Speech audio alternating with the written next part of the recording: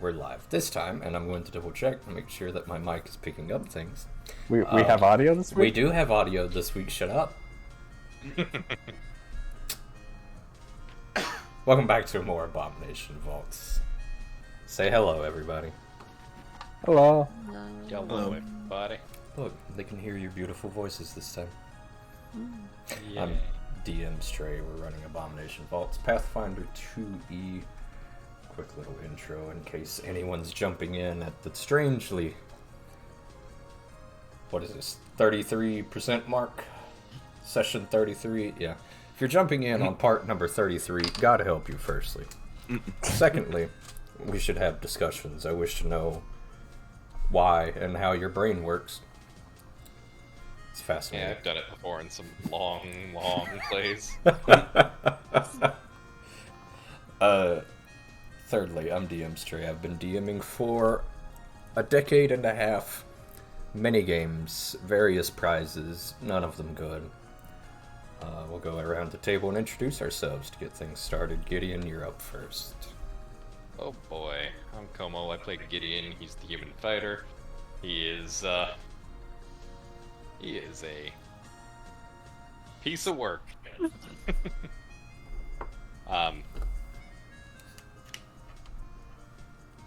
Yeah, that's about right. Very good. Cezanne, you're up next. Hi, I'm Rallief. I'm playing the cleric Cezanne. Last time I got the horrifying wake-up call of a zombie owlbear. So there's that. He has a name. Wesk, as somebody who had no idea that there was a zombie owlbear, I assure you, why don't you tell us about yourself? I'm Wesk, the Kobold Gunslinger, the quote-unquote heart of this party. That's not a metaphor. He's literally the only one with a heart. He's also our sacrificial lamb if anything goes wrong. Unfortunately. Siri can find hearts. I was gonna say, listen, somebody sells a No, kidney Siri for just you, has that's a just heart. inefficient. It's not one of ours. Reminded that old green text of like, I need a human skull. Alright, as long as you don't ask questions. Plugging you get cool with a bunch of stuff real quick. Speaking of extra hearts and human skulls, Ziri, I'm Silly. I play Siri. She is a Vader and an animist. And despite Gideon's beliefs, she does in fact only have Two two legs. yeah, that was a thing, wasn't it? But Gideon also thought Wesk was a Yoshi, so... How are you so smart, yet so stupid at the same time? Anyway. That could have been directed at literally anyone. It could have even been Gideon. Yeah, you guys do seem like hyper fixated on your area of expertise, and after that, like, God help you. Like, oh man, Abomination Vaults is my favorite mental health podcast. Gideon has wisdom. He does not have intelligence. Actually, oh, it won't let me see. I think Ziri is the smartest still. Oh, Ziri is by far the smartest. Oh yeah, Ziri's the only one with positive intelligence. The rest of you sitting at a whopping +0. Some of us are actually minus, but I'm actually at a 0. No, none of you are at a minus. Wesk only has a minus to strength. I think that's the only penalty in the entire party. Yep. I have no minuses. I am God. I would Yeah, give, unless if you I get had to flawed, redo you won't have Ziri, any. I would give Ziri negative charisma. Like, Oh. for one hero point, who wants to enlighten us as to what happened last time?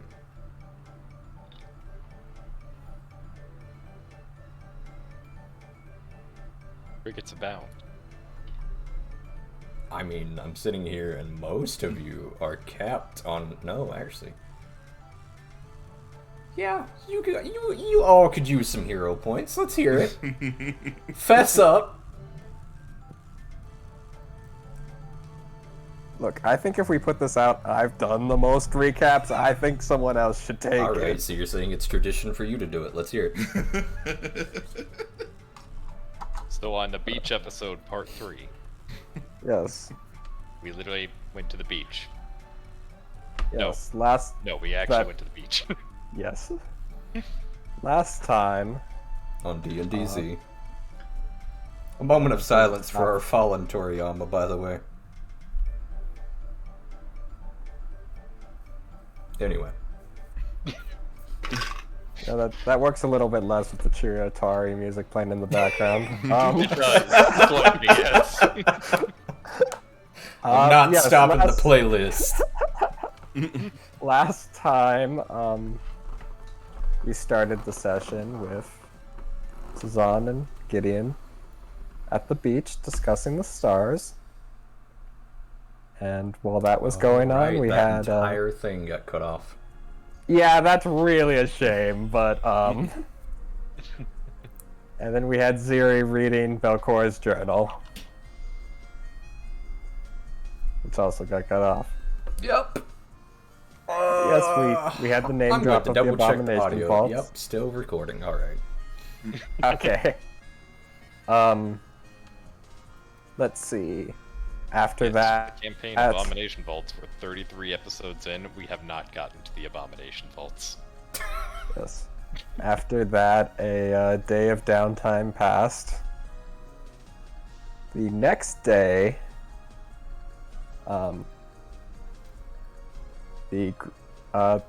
the group went out to hunt an owlbear.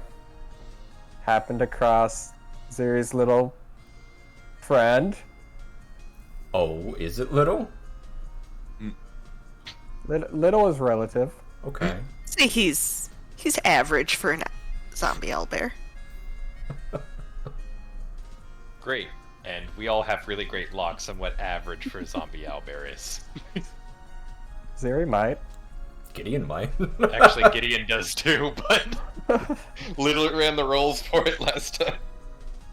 Right, so the party discovered the creation of the zombie owlbear, and after some discussion, they hid it deeper into the fog fin and covered the tracks. Then went to speak with the mayor, talked a little bit about what was discovered in Belcor's journal. He talked a little bit about some issues that his daughter had been having with nightmares. So at that point, Ziri went with him to check on the daughter. Found a teddy bear which was discovered to have a red gemstone inside of it that, upon taking it over to Rin, the group was able to determine had a curse on it. I did not write down the name of the curse. It was an outcast curse. Yes. Essentially would make someone an outcast. And I roughly think that's where we left off. Did I gloss over anything that was important? You guys met the zombie owlbear and hid it in the woods. I said that, You went yes. over the whole covering the tracks thing. Very well. To keep it in the woods. I must have gotten distracted on my DM screen stuff. But yes, we go now back to Otari, where our party is going to activate that. There we go. We go back to Otari, where our party finds themselves gathered around the rowdy rockfish, having finished examining the cursed gem in their hands. What would we all like to do?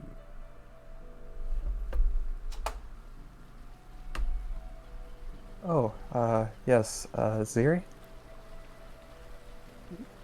Do you still have that, paper we found in the gauntlet that we couldn't read? Still have that paper. Where is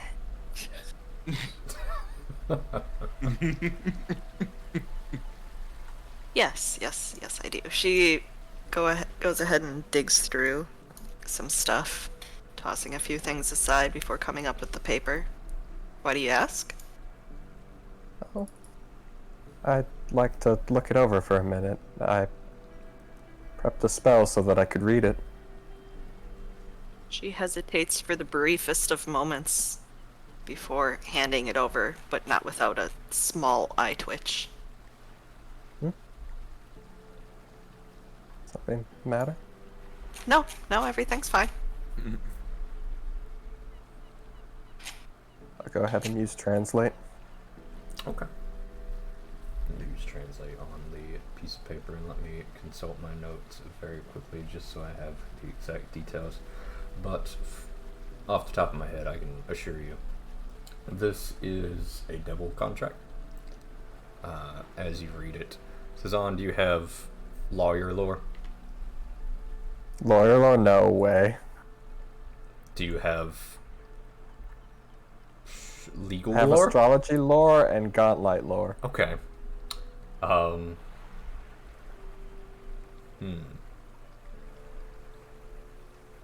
if I can't. Aha, here we go. Where is that?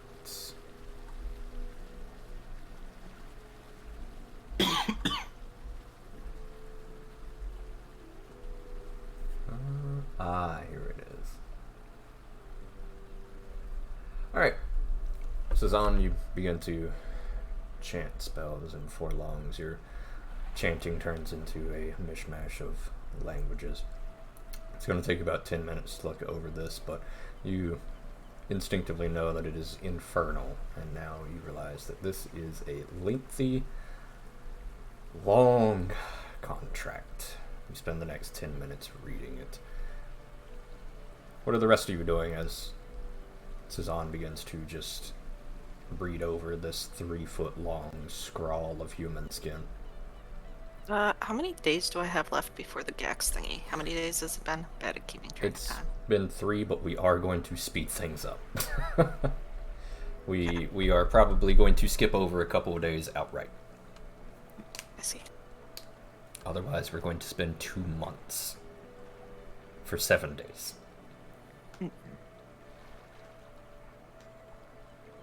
That should be a little more than 2 months because several sessions were in the gauntlet on the first day. Anyway. Gideon and Wes, what are each of you doing? Cezanne will need about 10 minutes to just kind of sit here and read.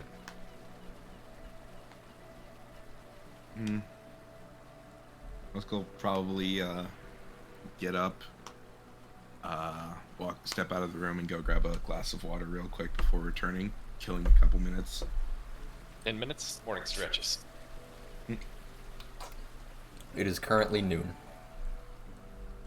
Morning stretches. Thank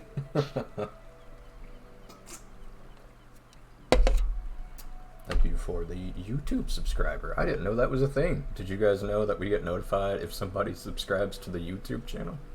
When did I that don't know. become a I thing? don't Yes. know. Apparently that is a thing, though. Anyway. Gideon begins doing squats in place as Wesk returns. Wesk, you find Gideon squatting in place. I'm not even surprised at this Siri, point. are you doing anything special? Are you fussing over Cezanne reading it? Well, yeah. She's just gonna kind of watch and wait curiously. Cezanne, give me a perception or society check. Your choice, please, as you are not trained in legal lore.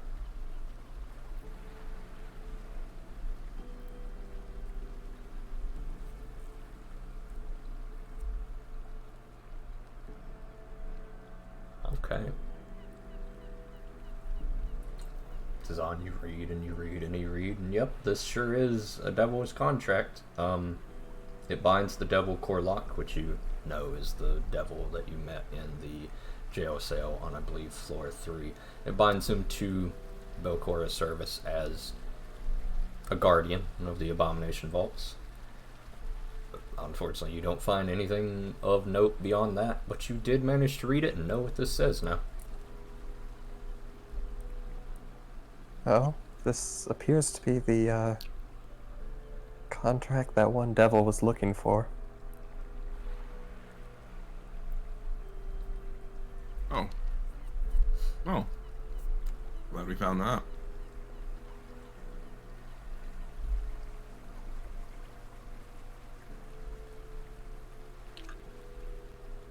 Right, the devil.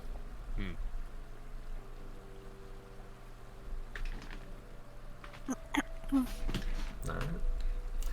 10 minutes pass, and before long, you're each standing there having been given this revelation that you now hold a devil's contract in your hand.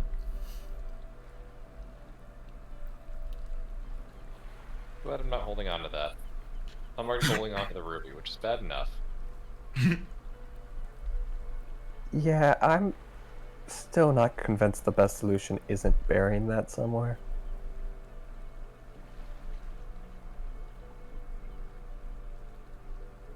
Oh, do you want this back, Siri? You've kind of been staring at me. She'll take it tentatively and look over it. Okay. Siri, I don't believe you speak Infernal.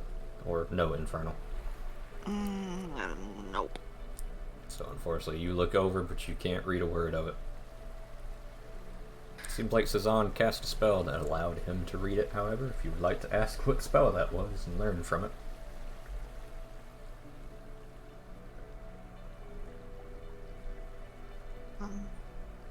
She's gonna sigh and hand it back over to him.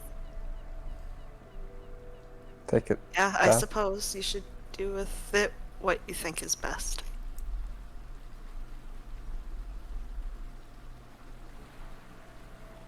Oh. That's somewhat up to the group. From what I recall, there had been a devil on the second floor basement. Had said he'd tell us something about the Godlight. Sick. No. Honestly, it's been a couple weeks. Thank God Jared's not here. Yep. Do you remember what this was for, Gideon? Yeah, it was for the demon we met. He wanted us to get the contract back and then he'd let us by. That was a long time ago now. Well, we can go tell him we found it.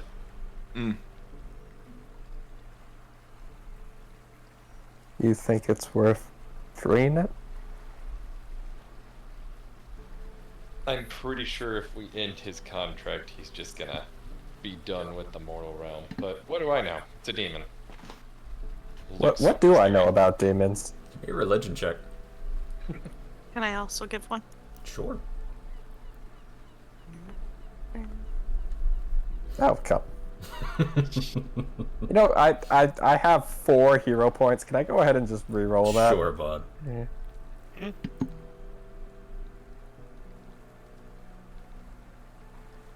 You're guaranteed at least a 23, so. So yes, 6 plus 13, 29. 31. Sorry, 6 plus... 13. Yeah, okay. Damn, why did I... There you go. That's the correct one. There you go. Firstly, both Ziri and Cezanne go to correct you. It's not a demon. It's a devil. They're different.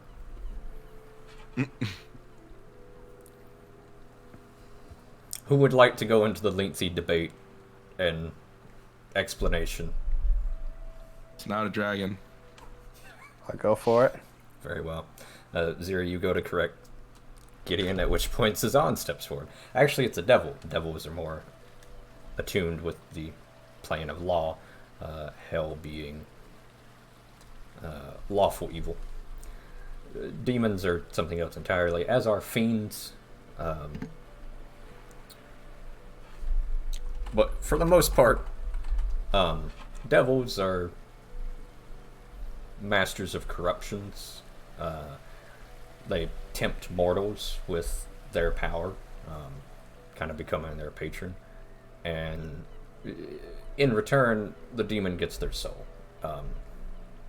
Devils are exceptionally good at twisting favors into a subtle but powerful exchange in their own favor.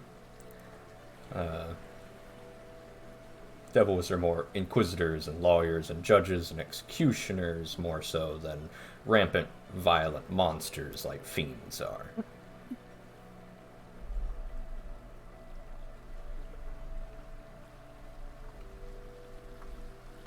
Gideon has a glazed over look in his eyes. Okay.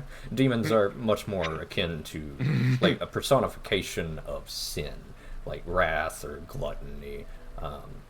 They're more specialized in their area of expertise, so they don't really have any strong alignment. They're more like neutral evil. Fiends, however, are much more like a chaotic evil. They kind of just smash things just to smash things. It's they're more aligned with what you might know as Bator or the Nine Hells. Fiends are exceptionally good at surviving environmental effects of the outer planes. As Hazan goes into a lengthy 5 to 7 minutes tirade about everything, Gideon's eyes glaze over.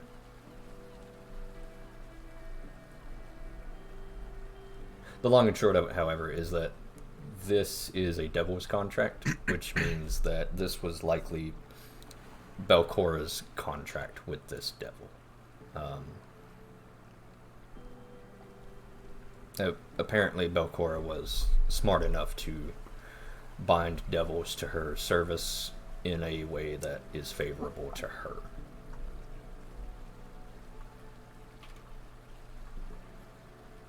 Great. So pretty simple, So, right? Do they return if we give the contract back? Well, devils would usually be looking for their next contract because they are trying to get a human soul. That devil would have to strike a contract with each of you. It would likely just go back to where it came from.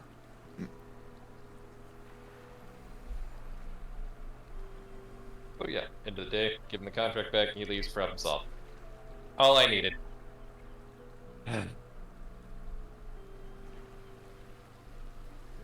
It's just good that we understand what we're going into.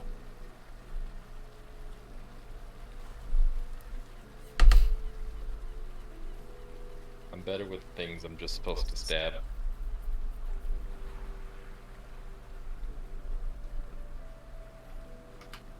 Very well. What are each of us doing?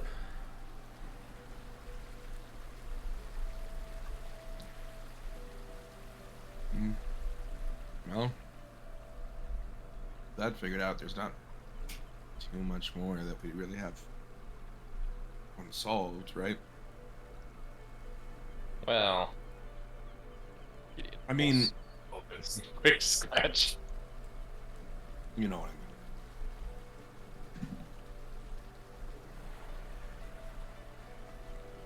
I mean. Anyway, I still have half a day, so I was just gonna hop off the chair he was on, grab his gear, and head back to where he was training before. Very well. What are the rest of you doing for the rest of your day?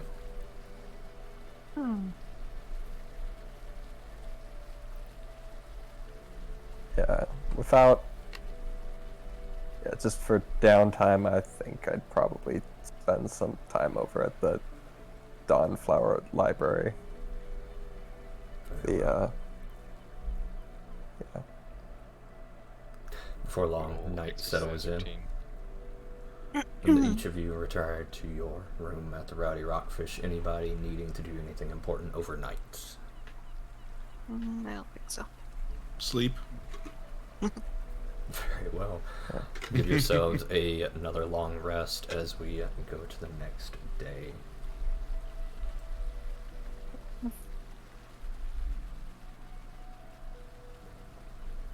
Find yourselves awakening at the crack of dawn, 6 a.m.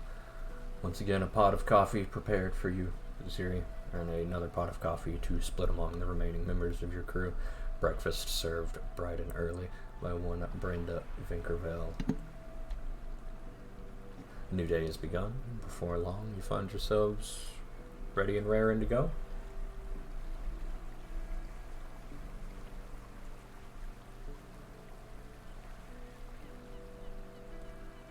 Same as before. Same as it ever was.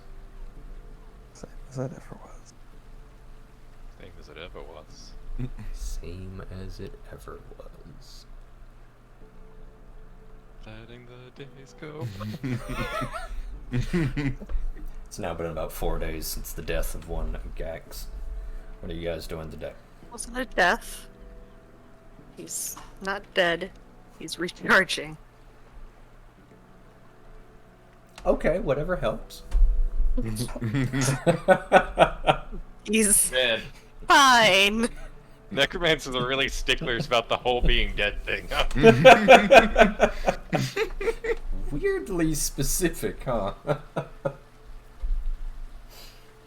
Regardless, another day passes. Says on being an astrologer, you know that tonight is another full moon night.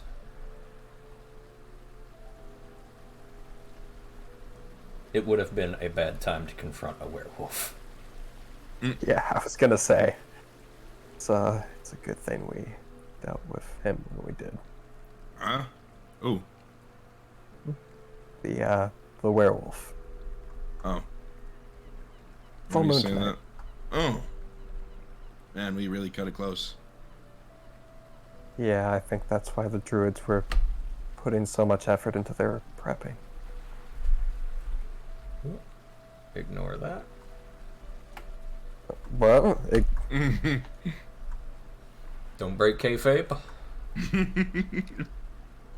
What hole? What hole indeed. No, that was part of kayfabe. Better part about 4 hours passes as Gideon and Cezanne go on their morning run at this point. Ziri, I assume you lays around in bed reading. Yeah. Very well. Wesk, I assume you go off the train. Yep. Alright.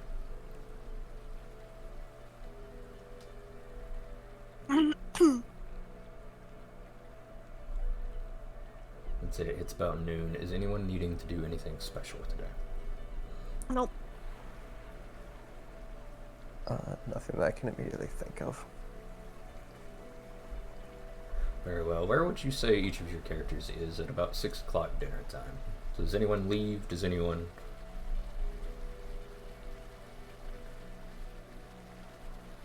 Gideon, at some point between workout routines, would probably go to the Dawnflower Library, look up something about Starfallen, now that he's gotten a basic background on what they are. Okay. And did you get a basic background on what they were? Did you discuss it at one point? With Ziri. Because you're the only one who knew. He's been very careful. I discussed it with Ziri. In fact, the only time I was about to discuss it with the group, we were interrupted by something. I see.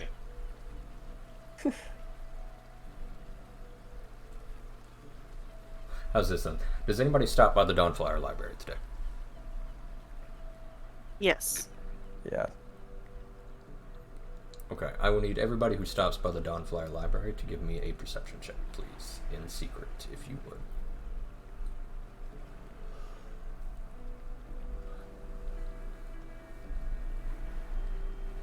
Did my roll go for? It did. Okay. Ba-ba.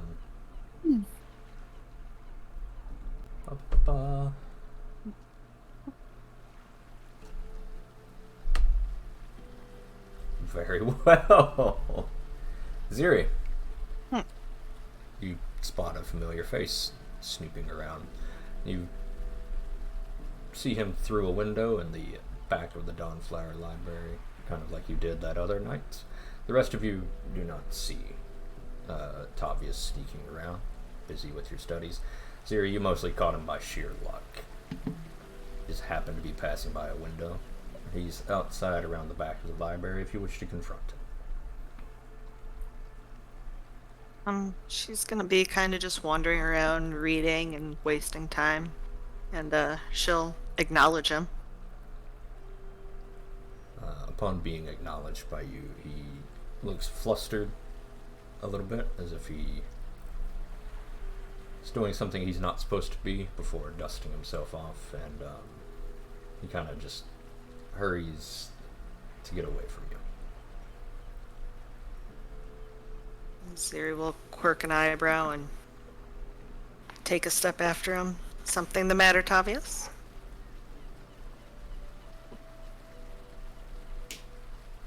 Give me one more perception check, Ziri.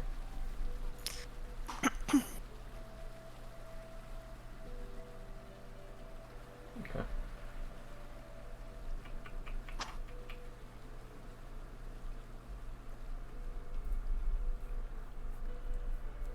Okay.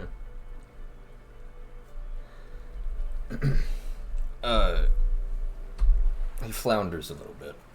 No, it's nothing. I just, came to see the sword. Sword. Yeah. She's gonna kind of glance around. I don't see a sword out here. I've already seen. I'm leaving, so that's. Zero, you spot there is a backpack, barely perceptible, pretty well hidden, kind of half buried, under the back of the Dawnflower Library.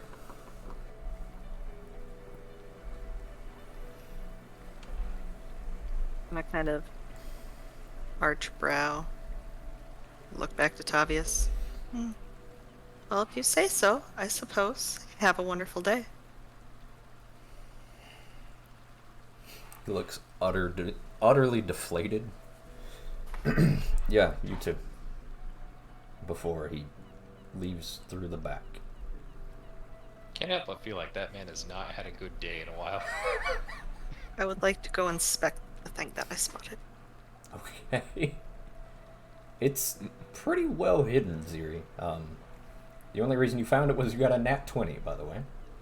Nice. Ziri, inside of it, you spot a number of things. You spot some vials of alchemy fire. You spot some rope. You spot some rations. You spot a heavy, large black cloak that comes with a mask. You spot a gold pouch containing about 40 gold. And you spot a beautiful platinum-hilted sapphired blade.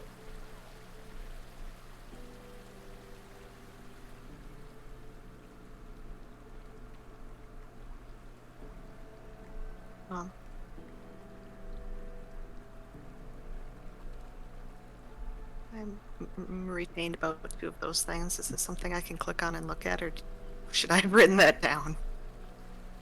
No, it's just a collection of items. This is the blade you found. It is an immaculately well-crafted blade. Even somebody like you know this, Ziri. Looks really similar to something you've seen. Give me a society check if you would. Or a religion check.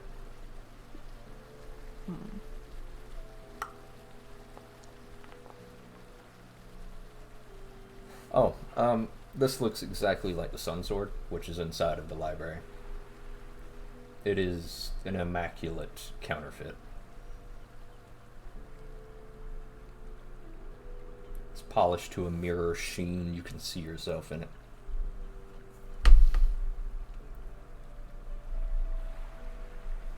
So, while I'm here and discovering this thing, are either Gideon or Cezanne still at the Dawnflower? I assume so. We're both inside the Dawnflower. Yes, I assume they're inside. You're around the back on the outside, kind of poking around in the dirt. Had I seen either one of them when I was inside? I'll let that be up to you. Okay. I'd like to kind of push the backpack back to where it was and glance around before creeping inside and looking for Cezanne. Okay. You spot Cezanne kind of doing his own independent studies. Sazan. What's up?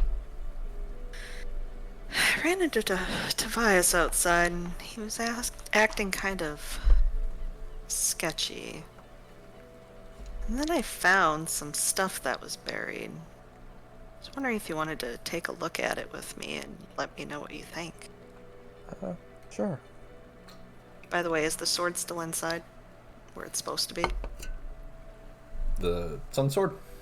Yeah. Yes, it is Okay. kept in a beautiful display glass, kind of the center point of the cathedral. Alright. I will take Sazan outside and show him the little collection of things. I think Tobias was trying to hide this, but I'm not quite sure why.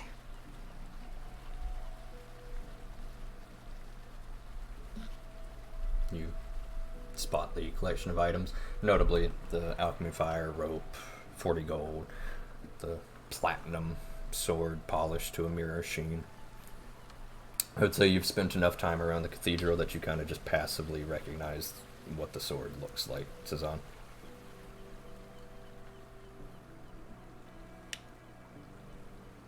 Interesting.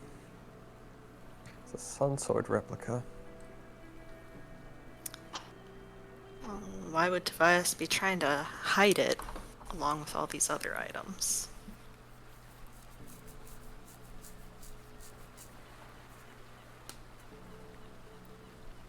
Oh. Think about it. We have rope. We have alchemist fire, is it? Yep. And then gold. Yep.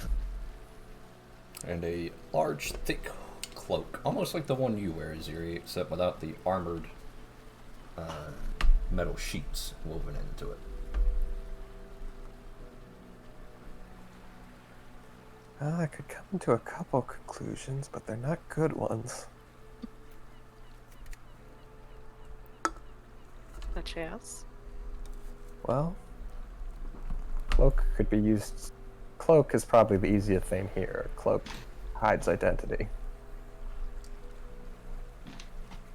Alchemist fire, that's pretty straightforward. It burns things. Do you think there's any chance that Tobias was stashing the stuff here because he's planning on stealing the real the sword? Sun Sword? Yeah, that. I think there's a chance. I don't know him too well. I think Gideon's pretty familiar with him. I wonder if he's still in there. Suppose we could ask. Tobias doesn't seem interested in talking to me regarding whatever it is. So. Yeah. I will say I feel like I'm reaching the same conclusions you are. I'll go in and look around for Gideon. Alright. You guys easily spot Gideon kind of doing his best to read. It's not his expertise, but he is giving a genuine effort to study. Gideon, you, however, are relieved to see some distraction. Yay. Ziri found something and we'd like your opinion on it. Sounds interesting. More interesting than this. Ugh. He needs a little stretch. Follows us on. I'll lead him out to where Ziri and the bag is. Huh. Where'd you find this? Ziri gestures towards where it is.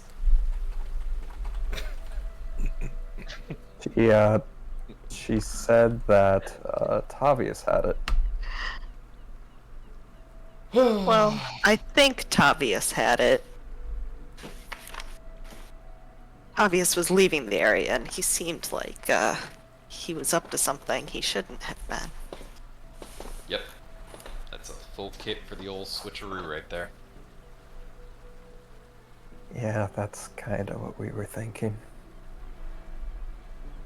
I mean, so here's my take on it. You got the window right there, you got the rope right there, you got the cloak, obviously you'd want to do this sort of thing at night, you've got the false sword, you want to make sure that nobody checks it out. What is the fire for? Clearly he wanted to switch these things out so it made it very clear. Like, you would want to make sure you cover your tracks. Is that an insurance policy, or? Something tells me it Like- might not be Tavius's idea to do this. She's gonna kind of rattle the gold a little bit. Think somebody might have paid him? 40 gold. If No. it was payment for doing this, why would he be keeping it with his thing? My guess on that would be that he'd intend to run afterwards. Well, I can already tell you, he sees the sword as rightfully his in the first place. This would not be entirely outside the realm of possibility for him.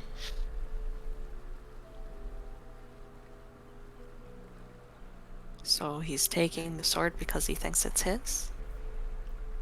According to him. Something like a family heirloom or something like that. I don't know.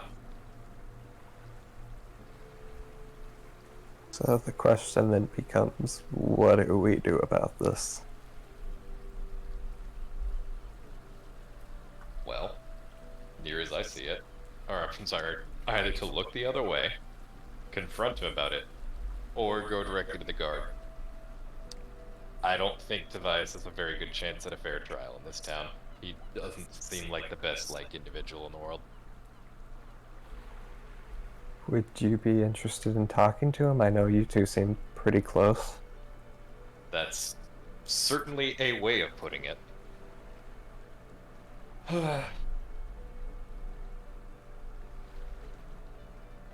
What do you want me to do? Have him give up whatever this is?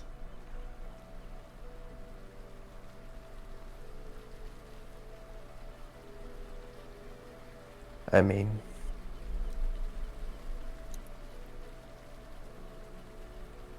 if he's planning on taking the sword and running, it's certainly not going to be good for the town. Honestly, if he's Just the- planning on taking the sword, it might just kill him. Yeah. Or, who knows, maybe he's right. Maybe it's actually his. He'll make off like bandits and... No, I Oh. don't see that as being very likely. No, I mean, we've seen the mayor hold the sword. At the very least, we know he's not just someone who stole it off of Tavius. He's not evil, at the very least. I don't know about that soul's... I don't know about that sword's directions on morality, but he is able to hold the sword at the very least. Although unsheathing it might be a different story. I don't really know how these things work. I don't know much about mysterious entities and swords. Alright, I'll talk to him. I just bring this stuff with me, plop it down on his desk, ask what's going on.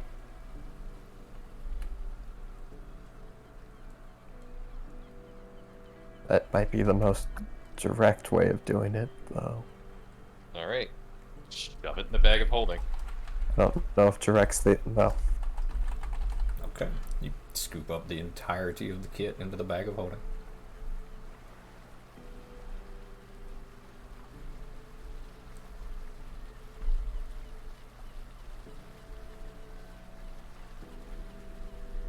You stomp off to the Blades for Glades? Yep. Very well. Better than reading, I guess. Marginally. Siri glances backwards longingly at the books. I'll go along with him, at the very least, to hopefully make sure this doesn't come to blows. Okay. You stomp off to the Blades for Glades, and before long you've arrived there. However, it's empty. There's no one here.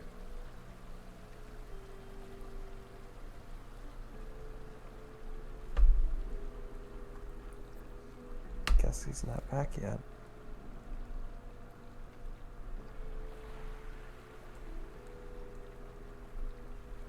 Roughly when did you speak with him, Ziri?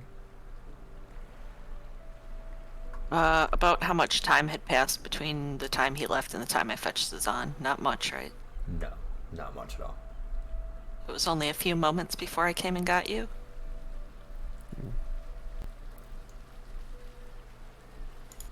So, he very well might just not be back yet. Seems feasible. The question becomes what to do now.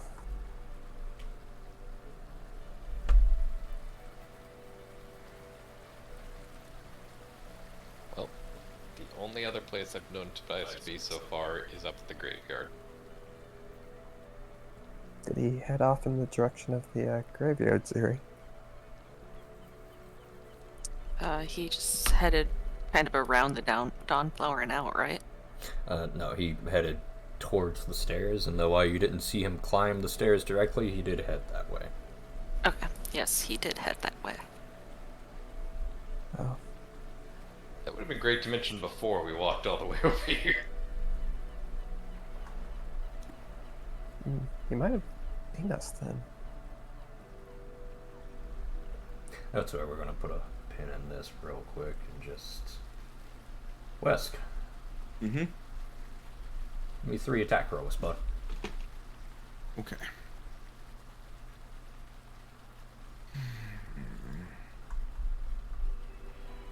Come on, buddy. Meow.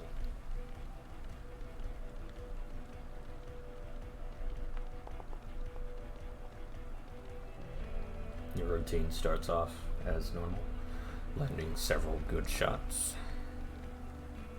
Before once again, your kukri failing to heed your wishes.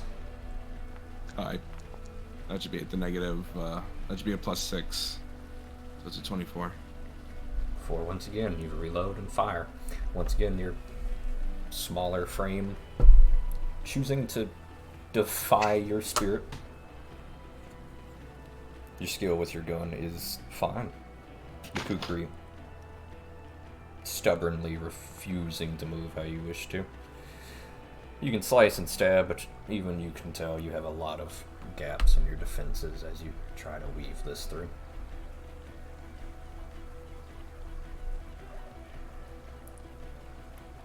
Give me another 3 attack rolls.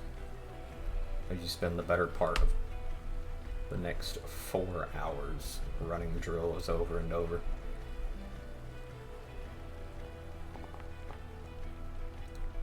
Once again, your routine opens.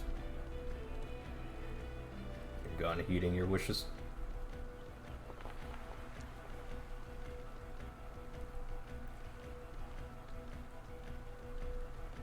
Sorry, what was that, Stray? Just role-playing with Wesk real quick. Okay.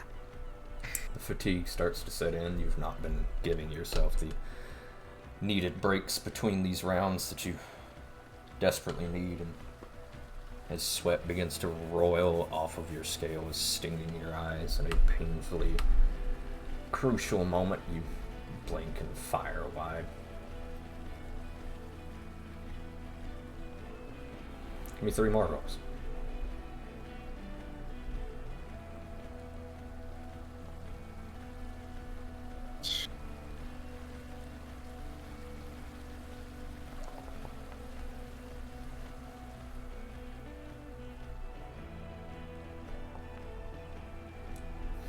And once again, it seems like as your gunplay slips and you give in to your rage, your kukri finds its mark easier and easier, but your shots go wide. It is unfortunately the exact same result as all of your previous attempts, Wesk. You feel like your wheels are spinning in place, you're making no progress out here.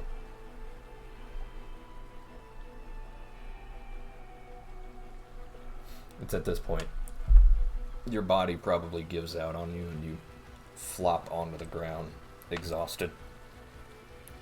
You spent the better part of 4 hours running these drills over and over. What do you choose to do?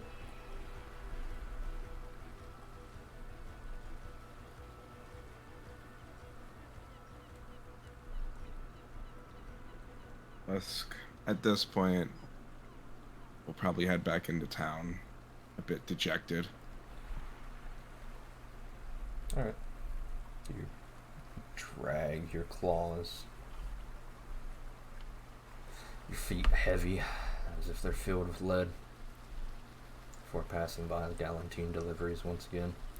And noticing that your party has sort of all congregated near the Blades for Glades. It's odd to see them all together outside of the Gauntlet.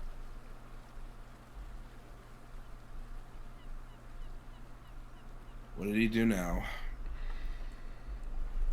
Momo's currently grabbing something. Oh, hey, Wesk. Let me go get him.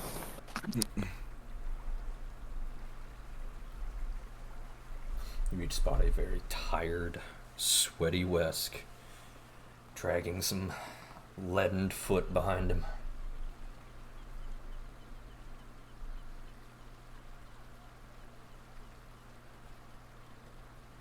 Syria happened to speak with Tavius while we were over at the library and discovered something. It's probably best we don't discuss it out in the open street. Fair enough. Alright. Sorry, we had a meal burning. Fair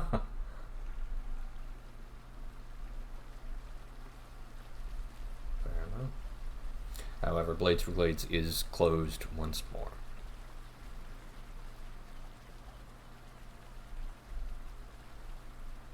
It's getting to be Alright. about 3 o'clock. Wesk, you're exhausted. You guys having a late lunch? Yeah. Very well. How about we stop back quickly by the Rowdy Rockfish, grab some food, and fill Wesk in on what's going on. Sure. Alright. Time passes once more. It's now about 4 p.m. as each of you sit around the table, enjoying a nice meal prepped by one Brenda Vinkerville. More seafood diet. Fish, while not filling, is at least tasty. Wesk, you're being informed that Tavius might be planning something.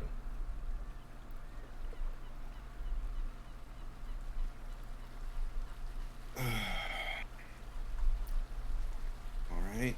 So...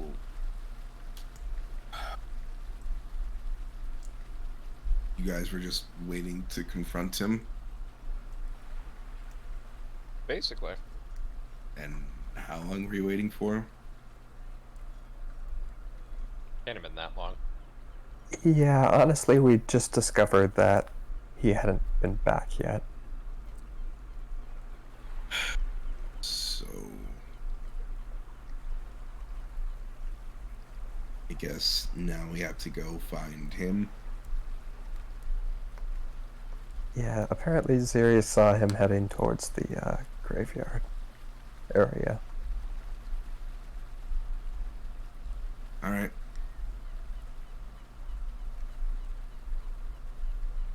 Alright, each of you march up to the graveyard. Sure. Very well. However, as you march up to the graveyard is empty. There's no one here. I guess he's left already.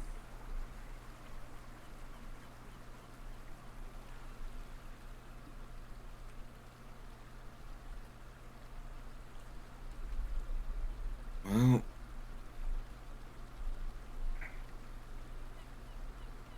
Are you thinking he's gonna try and do it tonight? Well, he can't now. Gideon will show us the bag. In the bag.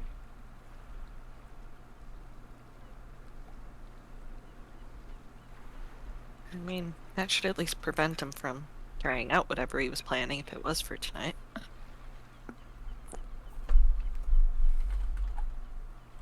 He couldn't exactly switch it without the replica.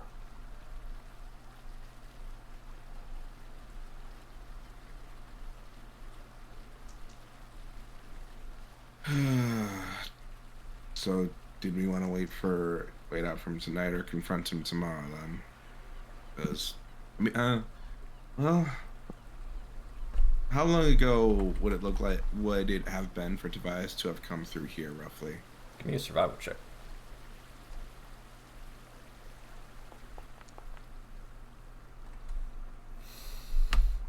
With that roll, I'd say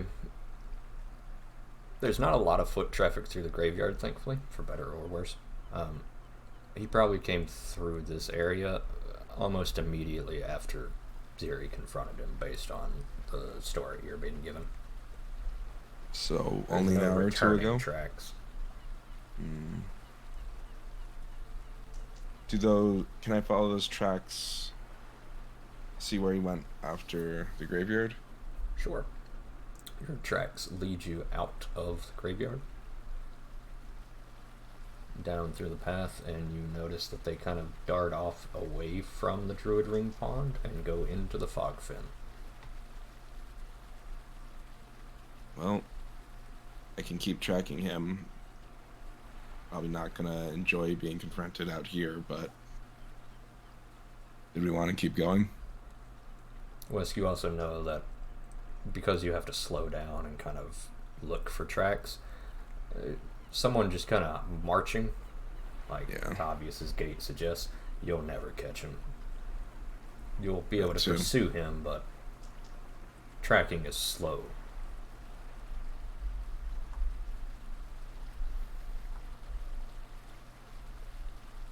So did we want to keep going under the assumption he stops at some point, or did we want to try and lie in wait for him either tonight or tomorrow? Might make no sense to stop by first thing in the morning. Besides, the man's not necessarily guilty of anything yet, just highly circumstantial evidence. Fair enough. Yeah. I don't think there's immediate trouble.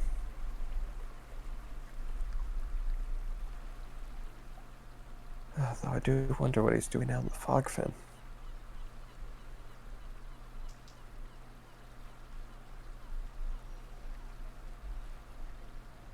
Well, that's a question we can ask him tomorrow.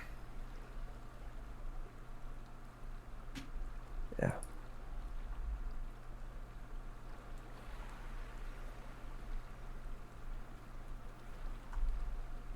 Okay. You each return to the Rowdy Rockfish.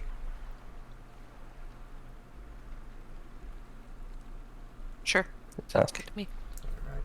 The sun begins to set as Brenda serves another heaping of stew to each of you, and before long, it's about 7 o'clock. The lights in town are starting to come down. Each of you taking a moment to think about what you might say to Tavius, assuming that you care enough to confront the man. Gideon, just to clarify, you did scoop everything into the bag of holding. Mm-hmm. Very well. I scooped the whole bag. Very well.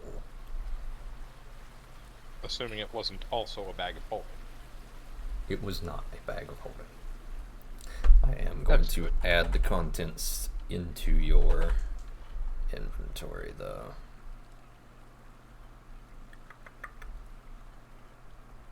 We get about 3 of these.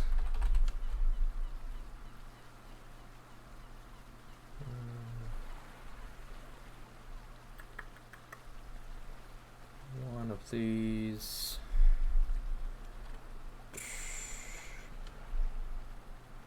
Get. You know what? I'll add the backpack anyway. Fuck it. I'm gonna say you might as well. I'll add. Ooh, not that. And then we'll do 40 gold.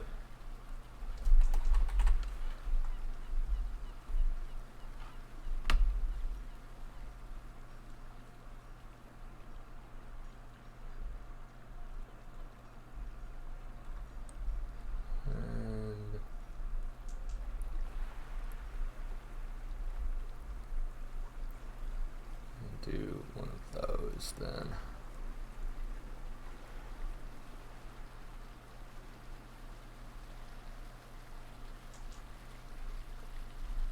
Alright.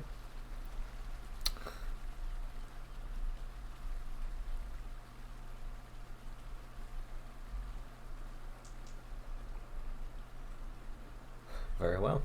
What are each of you doing before turning in for the night?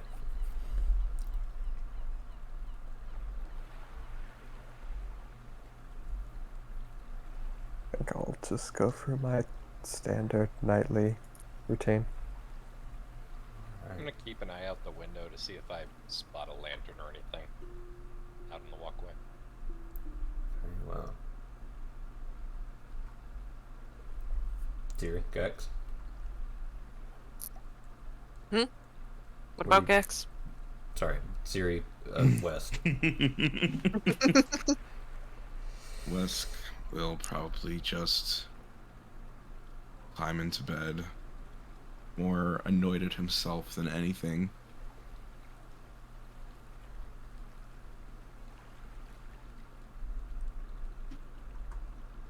He's gonna mostly be just reading and such in her bed, but she will notice that Wesk seems off.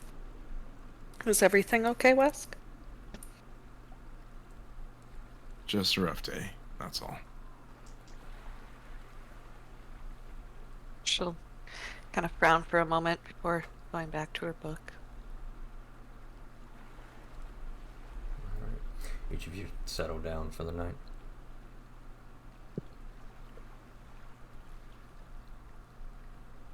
Close your eyes, preparing yourselves to confront Tavius tomorrow.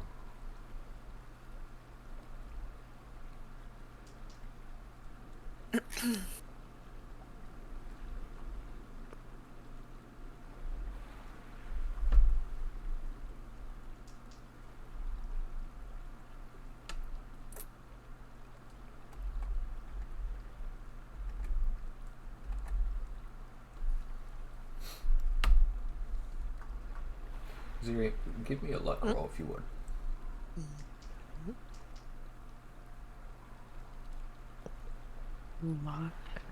Just D100. 100. Okay. Sazan, give me a luck roll.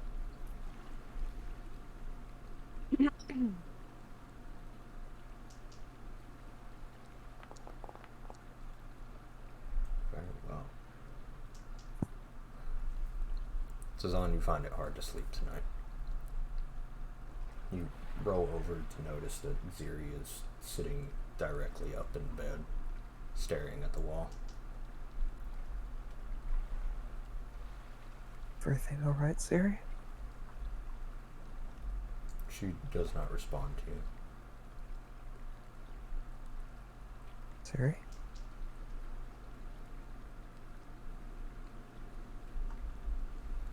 You trace her gaze and you realize she's looking at the northern wall that leads towards the gauntlet. I'll get up and try and get a closer look at going on there. Okay.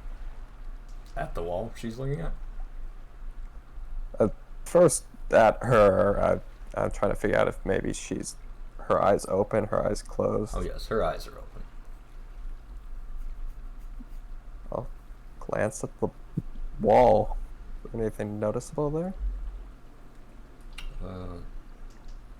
No, it's just the wall. I will need you to give me a reflex save, though. Oh, sure.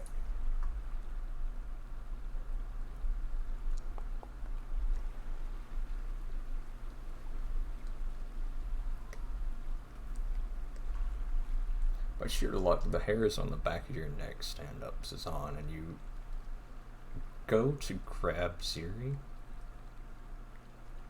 and jerk her to the side very quickly as the entire room fills with a flash of light.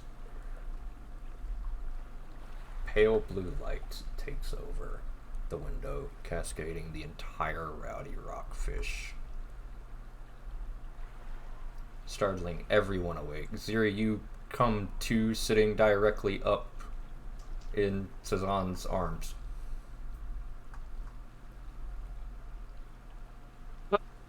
What's going on? What? Let go of me. Light. What? She's gonna squint towards the light. Ziri, your chest is pounding. You are physically in pain right now, like having a heart attack. Did you Light's do no something longer to me, shining. Cezanne?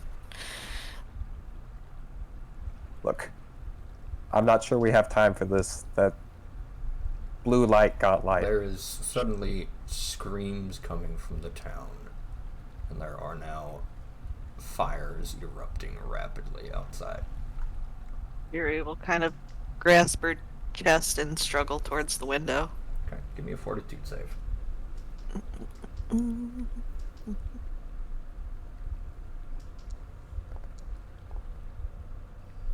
Okay. Zira, you manage to just kind of breathe deep. Everything aches, everything hurts, your chest is tight, but you are still able to move your body. Gideon, Wesk, you are being awoken by Cezanne screaming at you. What? Looks like the godlight's shining again. Gideon, Wesk, you are outright dazzled because you are awoken by such a bright light. You can't see anything.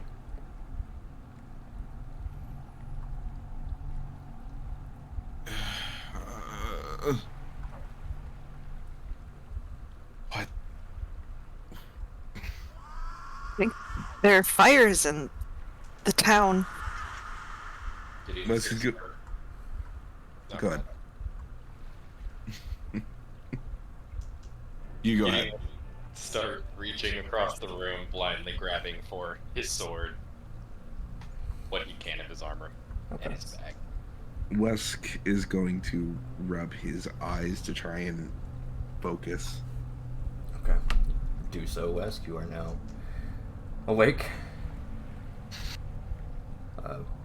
Brenda is pounding on your door now. I'd like to grab my pouch and open the door. Okay. You grab your pouch, open the door. Brenda is standing there, one hand on a frying pan, the other clutching a large gun to her chest before she tries to speak and stammer, pointing to your window outside with her frying pan. She's not able to really convey any words, but you get the gist of the message anyway. Yeah, we saw it. We'll go deal with it. Just stay safe in here. She Everyone nods, up? ducking out of the way. Yeah, I'm up. I'm ready. Okay, let's get going. Yuri will turn away from the window and do her best to follow them. The light shuts off, but the fires remain. You each run for the fires where the light shines? Yeah, Yes. I'm keeping an eye out for any undead that might have appeared like last time. Okay. Go ahead and give me a perception check, as it is dark. Yeah, I'll do that. I'll also take that half second to cast light onto Gideon as if we were going into the godlight.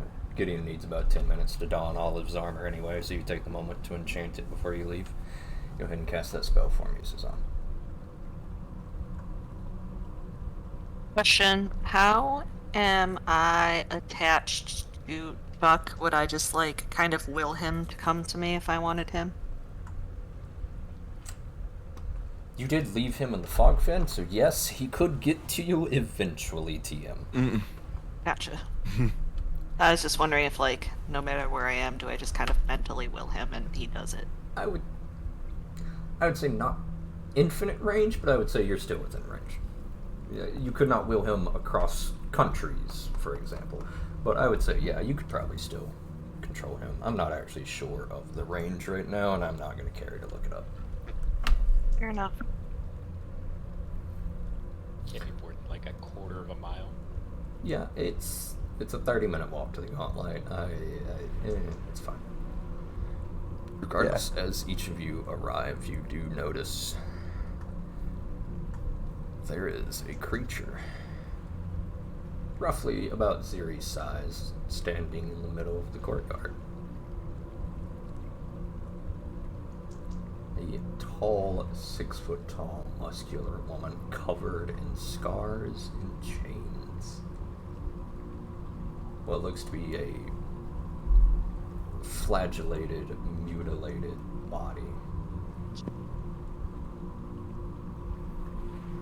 Covered in chains, she is whipping her chains at townsfolk nearby, screaming and running. She's knocking things over, cackling with glee, before lighting one of her chains with fire that emanates from her own skin and whipping it directly into a building. These sort of barbed chains creating fires and ripping into people. There's already a couple of people that have, for lack of a better word, been gutted like fish. Their entrails bleeding out into the street. And you realize the Otari market does have some merchants that stay here for overnight.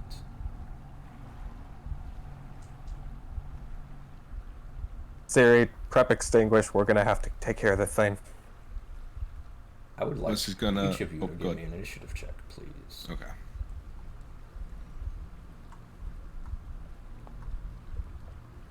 That's not the right button.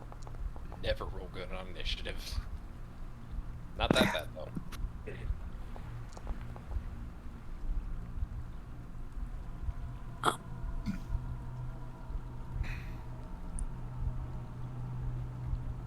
Extinguish. Very well. You have a I believe a staff of extinguish. Wand of extinguish. Wand. I get those two mixed up in my head. Yeah, wand of Oh, it's extinguish. quench. Okay, Quench, yeah. I got you. Can I draw the wand? You can on your turn. Also, it is technically always on you. Drawn? It is equipment. Yes.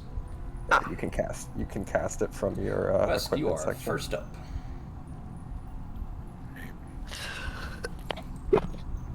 Wesk is going to immediately take aim and fire to get its attention so that it stops attacking townfolk. Okay. Give me that attack roll, please. That is a hit. Roll your damage. Alright. He's going to take 10 points of pierce damage as Wesk's bullet, first to react, as slingers do, slams into this thing, piercing through some of the chains on its chest that it wears almost like armor, as it is now aware of you. 2 actions left, Wesk. Alright. With that, Wesk is going to move forward. We're up to 3rd rank spells, right? Yes. Okay. That's about as far as I can move with one action. I would say this is about a distance of 30 feet. Are you moving okay. in? Yeah. Okay, you move in. Alright. Got one action left.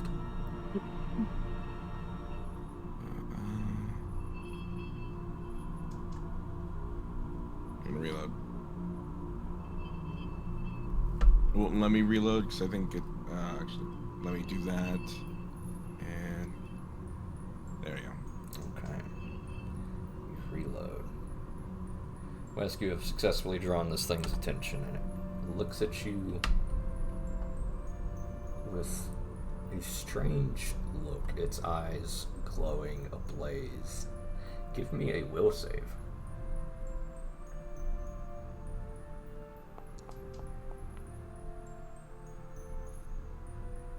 Okay. All right. I'll leave that. I'll let that. Okay. West, you stare into this thing's face and watch in horror as the face of one of the killed slingers appears in its face, grotesquely mutilated beyond anyone's recognition but you, and you are now frightened too. Please give me another will save, please.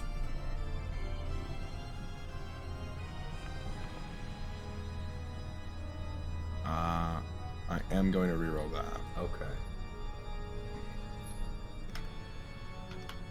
1d10 plus 21. 21.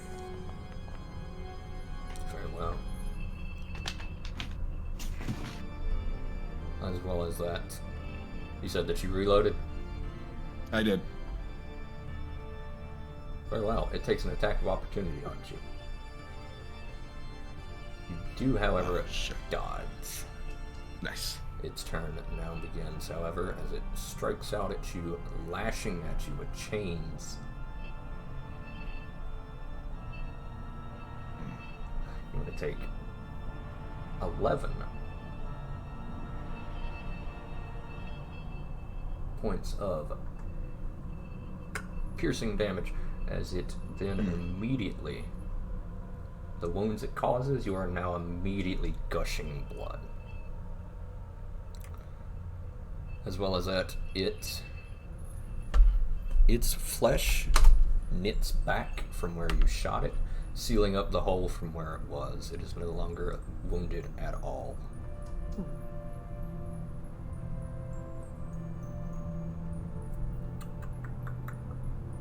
That's not good.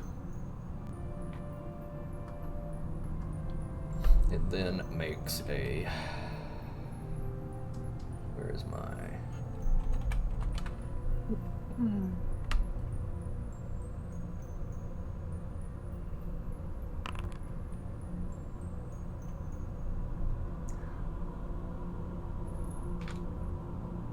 Wes, you are now prone, and you take 1d6 bludgeoning damage. As when this thing's whipped you, it snagged your flesh, ripping into you before another chain whipped around, catching your feet, pulling you one way and dragging its secondary chains across your chest, tearing into you. Alright. Zahn, you are up. Having witnessed that thing where it healed itself, do I have any idea what that might be about? Give me a religion check. Sure thing.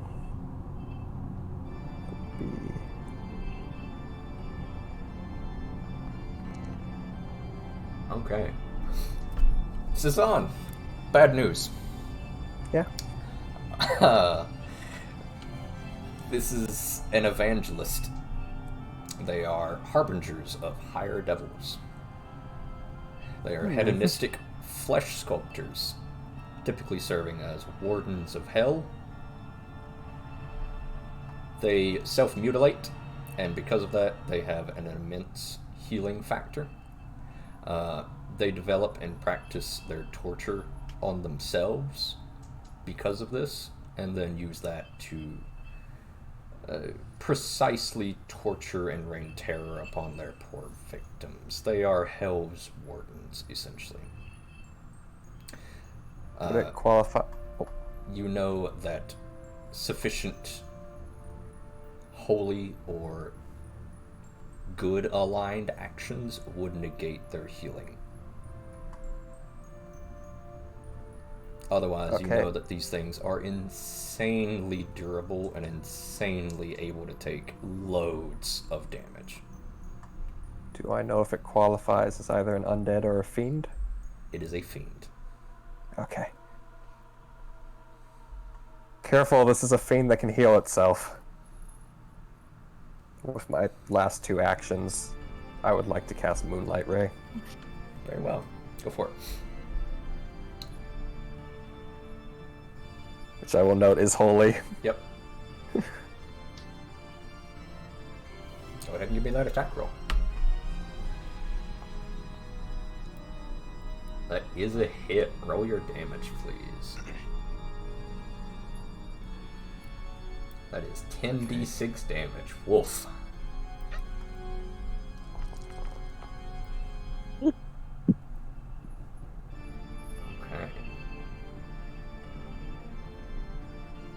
Why did it take that much damage?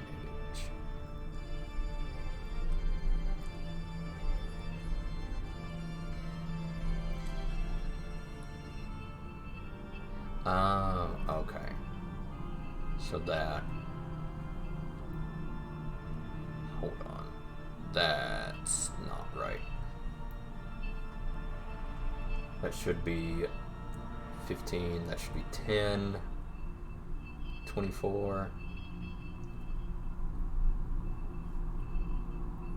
29. Yes, 29 points of damage. It's 29 points of damage. Extra damage from the spirit damage, less damage for the cold damage, but you bypassed some of its resistances.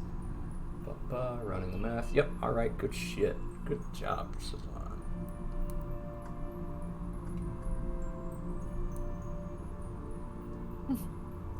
Okay, yes. Very good job, Sazan. Sazan, you channel your spell. What does your spell look like when you cast Moonlight Ray?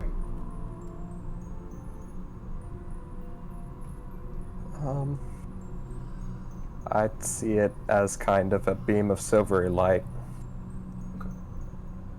Kamehameha style or coming down from the heavens? I'll say coming down from the heavens. Calling an airstrike.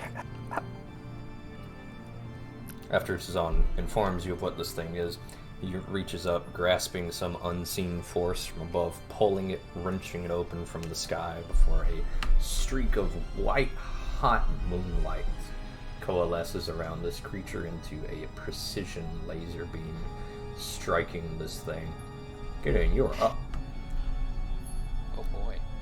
So question. Yes. How far am I? You are about 30 feet away. 30 feet. Cool. I would say most of you hit the end of the bridge when you saw this thing around the corner.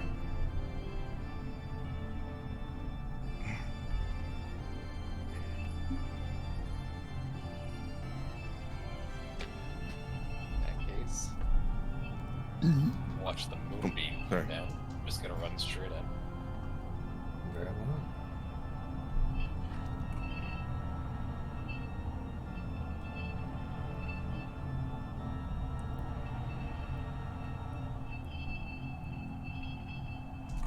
I would like to do that, please.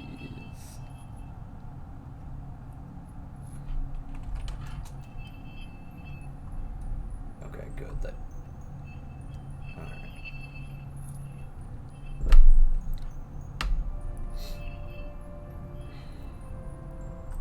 I'll ignore that. Yep.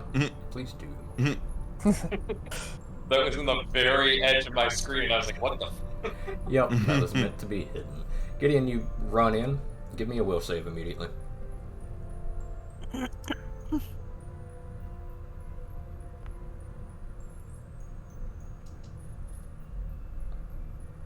Okay.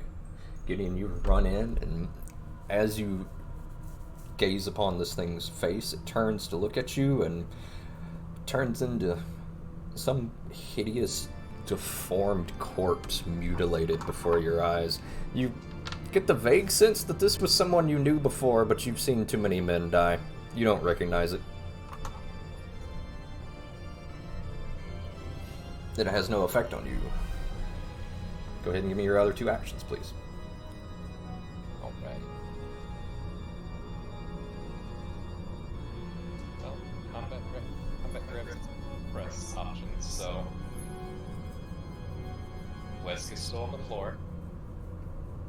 I'm weighing my options. Also, are we just hearing you through Zilly's microphone at the moment? Potentially. Potentially. No, you shouldn't have been. No, yeah, he's coming through. Okay, he's just low on my end. Yeah.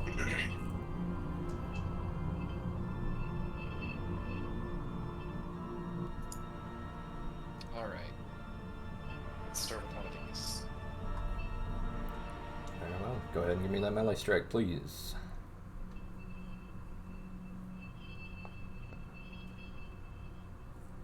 That is a hit. Remember to target the enemy. Ah. It's been a minute since we've done combat. Yep.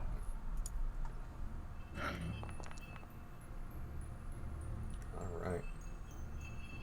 The thing is going to take 10 points of damage, 9 from the slashing, 1 from the smoking sword's fire. I believe you've got 1 action left. Go ahead and It's give me now that. off guard. Yep. Thank you. Seeing that landed, I will go ahead and go for the second attack. And let's see if we can go for broke.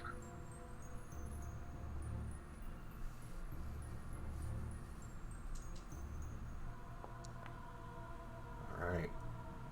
Unfortunately, that is a miss. Wesky watches you are flailed and impaled, knocked to the ground, and this thing goes to raise its arm just as Gideon rugby tackles into this thing, staggering it backwards. Not knocking it to the ground quite yet. But Gideon is now just fending this thing off, interposing himself between you. Zero, you are up. Get up, get up, get up. Where are the fires? The fires are all Is it- around the market, and it's funny that you say that. There are now fires breaking out near the Dawnflower Library. Arts. There is also It's fires. still on fire. Oh yes, the fires are Oh, it's breaking all out on fire. all around. Okay. But like the creature, because its whip was on fire and stuff, right? No, I would say as soon as Gideon rugby tackled it, it stopped. Okay. We'll award you a hero point for remembering that detail, though. Yeah.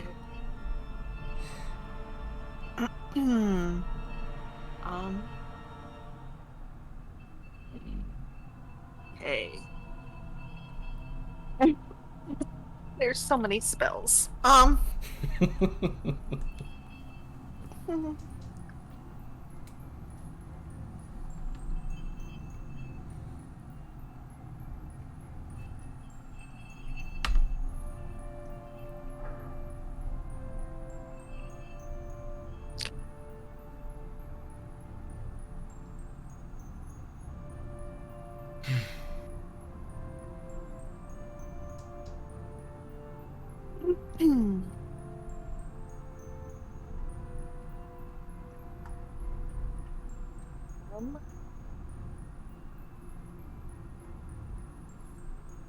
Does does Gideon have it grappled right now, or held, or whatever? No.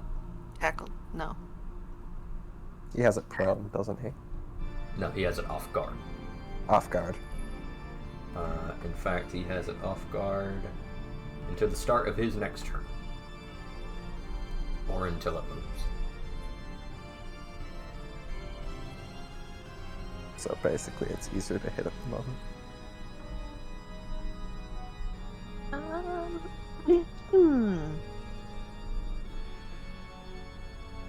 will go ahead and do this, I guess. Very well. What do you summon? I'm summoning my good old trusty stinky rabbit.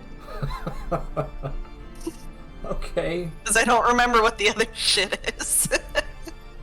Yeah, stinky bunny'll do. There we go. Do have an animate dead folder. Where? It's under the actors tab. It's the purple one. Do you not? Yeah, I do. Okay. Yeah, the bunny'll do. Okay. Go ahead and mark off your spell as Ziri dredges up from the earth someone's poor dead rabbit. Man, this rabbit has seen some shit at this point. Not the same rabbit. There's just, for some reason, a lot of dead rabbits around. Listen, you know how rabbits just are everywhere and breed like crazy? Yeah, there's rabbits in every inch of earth you step on. It's fine. Very well. Rabbit has 2 actions. So that was alright. Seems kind of underwhelming after the. There. Wait. Ooh, I think he has a. Yeah. Wait. Wait. He has a thing. This thing. What is this? What is this? Let's hear it. I want to do this thing. Yeah, the feral leap. How do I just declare I'm going to do that? Sure. Or here. There we go. That's what I want to do. All right. The rabbit begins to leap over this fiend, flanking it. However, I believe that is the end of your turn. Any point that It says that I can attempt a jaws strike. Yep, go ahead. Yeah. This. That is unfortunately a miss. Okay. I tried. As the rabbit leaps onto this thing's shoulder and bites directly into the chain, kicking off of it, flanking it, but not dealing any damage to it, unfortunately. Alright.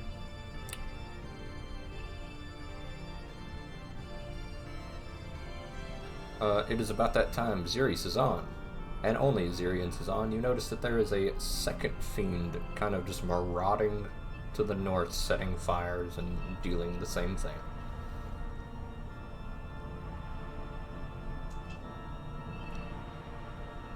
am I allowed to speak at this point, or should I wait for my turn? I would say you can speak. Wes, you More were- behind us. More of them.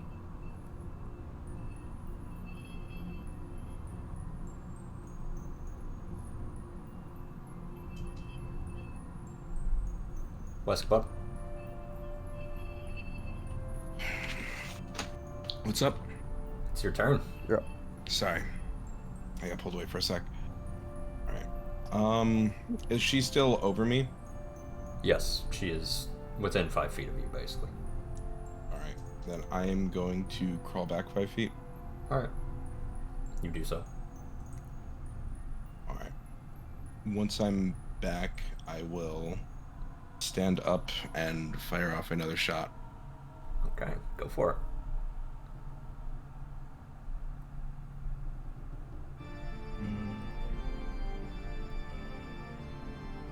Okay. So now I'm making it the right. No, you are still prone. I said I would stand up and then fire a Okay. shot. There you go. That is going to be a hit.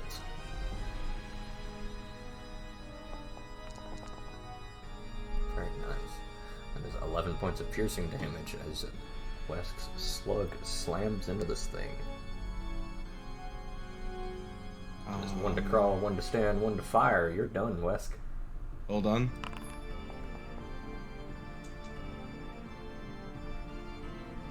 Let me roll that check. Recovery check. Hey. You do indeed make the recovery check. You also go to frightened 1. Hell yeah.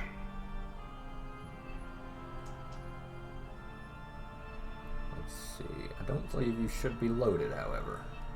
No, not anymore. After that fire, I don't know why the macro has stopped working, but That's alright.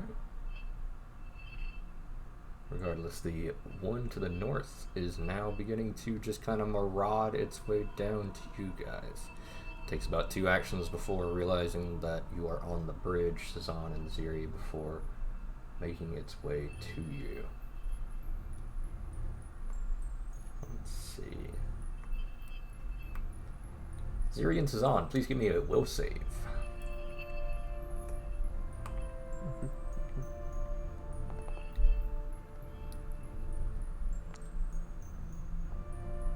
Okay. At least they can make the will save. Both of your mages unbent, unbowed by whatever this creature's aura is, this aura of mutilation and flagellation. As it begins Thankfully. to... Thankfully, not the most frightening thing I've seen this week. Yeah, after the godlike. It, however, looks like it will be bearing down upon you next turn, you two.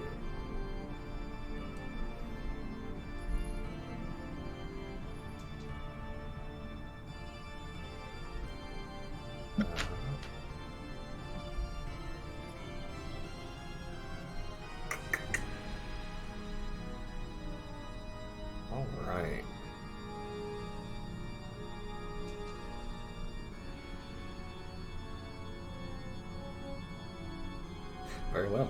It is now focused on you, Gideon, as you have drawn its gaze.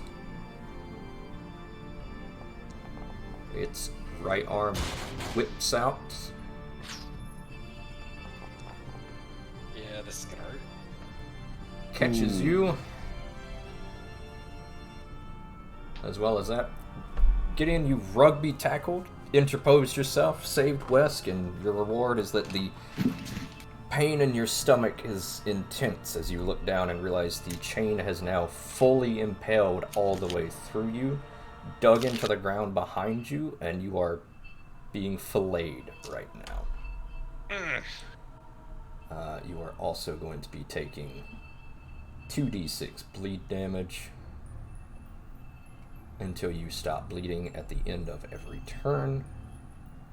With that, however, another chain comes down, catching you once again. Now that you are anchored in place, you find it hard to move. You're going to take 18 more points of piercing damage as blow after blow rains down upon you, and as more of your lifeblood is spilt, a sick, twisted smile crosses this thing's face. Yeah, that one hurts. Give me a will save, please.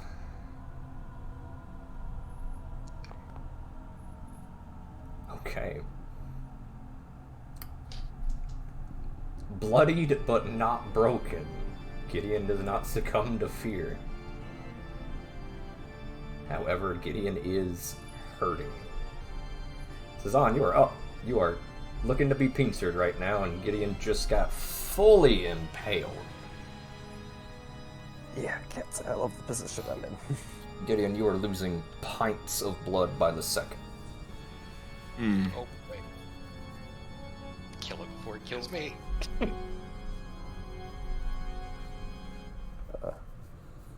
Fortunately, I think in this position I need to use a heal on to get in. The sacrifice is noted. Thank you for your service.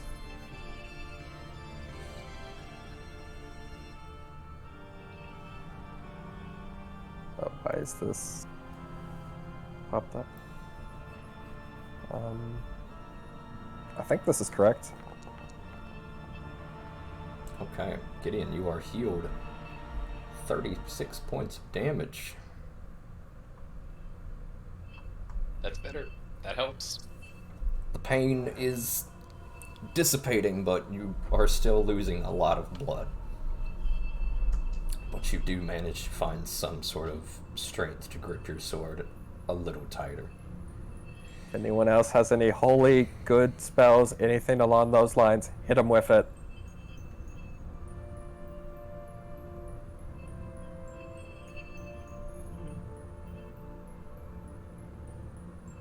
That'll be my last spell. Okay. Which thankfully you do have the improved shield now, I believe. Yep. Hardness of 10. Hardness of 10. Good shit. Gideon, you're up. Oh boy. First things first, I'm gonna try and break out of here. Okay. Rip this chain out of me. Athletics? Yep. Athletics, unarmed attack, or whatever. Acrobatics. We'll go athletics. Okay.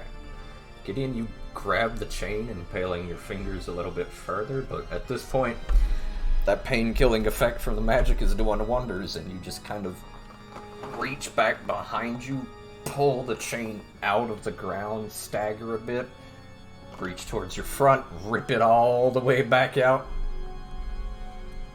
You're trying not to look down. I really am. But you are no longer... you are no longer grabbed. Great. That's problem one solved. Problem two is this guy. And correct me if I'm wrong, but escaping a grab is An considered attack action. Yes. Something's better, something's worse.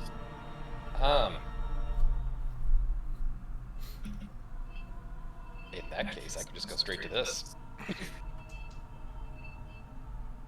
Grab it right back. Okay. Go for it. Nothing doing. We're re-rolling. Okay.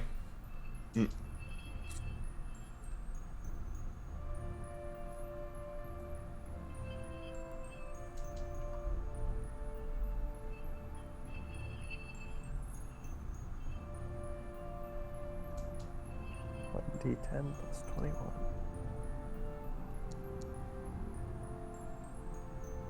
Okay, that is a hit. Oh boy.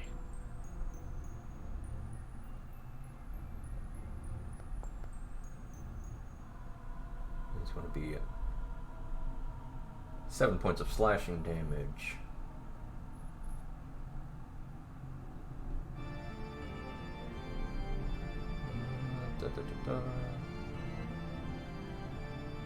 Yes.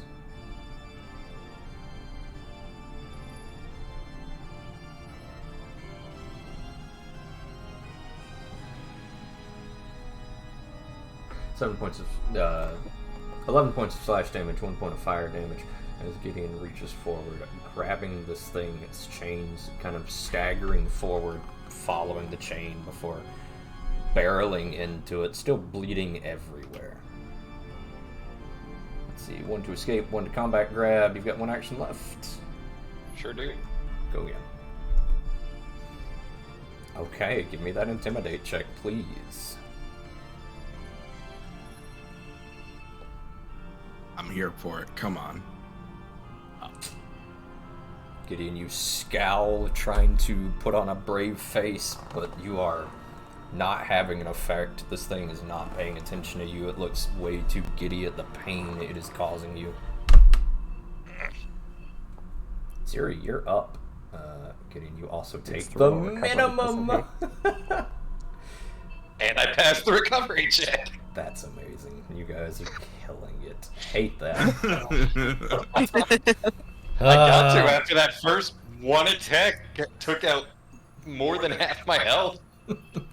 Ziri, you're up. All right. You are looking to be pizza right now. I have to sustain my spell for the dead bunny, right? Correct. Okay, I would like to do that. Okay. How far does it move? Where is its move speed? Over on the left-hand side at the very bottom. 40 feet is enough 40. to Okay. cover basically the entirety of the market. This is roughly 40 feet. This would be about 80 feet. It would take 2 moves. That would be its whole turn.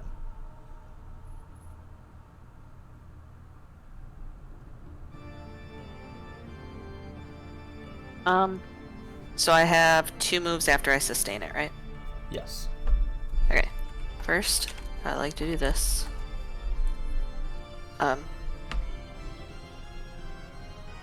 Gideon, are you willing to become large?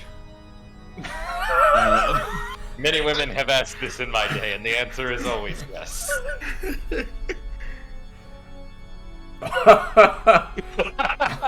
Okay. Oh, that's fantastic. Let's do it this way. You're going to sustain the rabbit. Give its turn first, unless you have a specific plan in mind. Then we'll do the enlarge. Okay. I'll make it both turns to move to wherever. Okay. It begins to bound away from the chain beast, interposing itself between you. Before Ziri reaches over and points an open palm at you, kind of weaving these runes between her fingers, looking at you, Gideon, before your body swells. You begin to worry about the worst before you realize that you are now... Holy crap! You are now roughly 12 feet tall, Gideon. You are able to gaze over some of these smaller houses. Jesus Christ, how horrifying. Truly are. However, you are unaccustomed to being this large, and while thankfully it did grow your equipment, you are now trying to not crush things. You are now clumsy 1 as well. Ziri, I believe that's the end of your turn. It is. Okay. Wesk, you're up. Well, that's terrifying in its own right. Why don't you go help them out with the other one down there?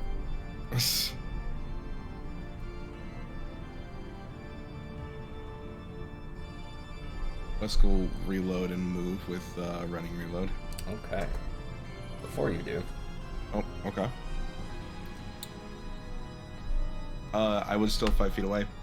it has a reach of Weapon. 10. Oh my god.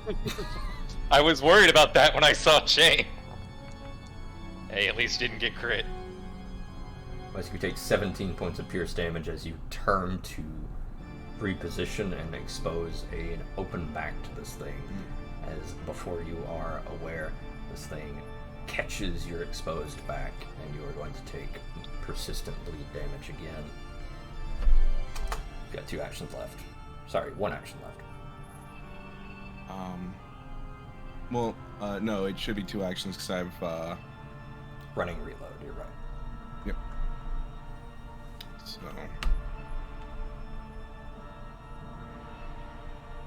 We're going to. Can't make it all the way. Yeah, best bet's gonna be. Okay. You fire and you do hit. Roll your damage, please. Alright. This thing takes 9 points of pierce damage as you kind of stagger, trying not to drop from the pain that explodes across your back, darting to cover your mages. Your bullet does find its mark, however. Alright. Wes, give me that recovery check, please. Alright. And for the last action, we'll reload. But I am still bleeding, sadly. Not that. We go back 1. Alright. This thing comes stomping out of the darkness of the fires, begins to raise its chain towards you. Wesk. It closes in to within whipping distance of all the mages, for noting that Wesk is more hurt. Go ahead and give me a will save, the 3 of you on the bridge.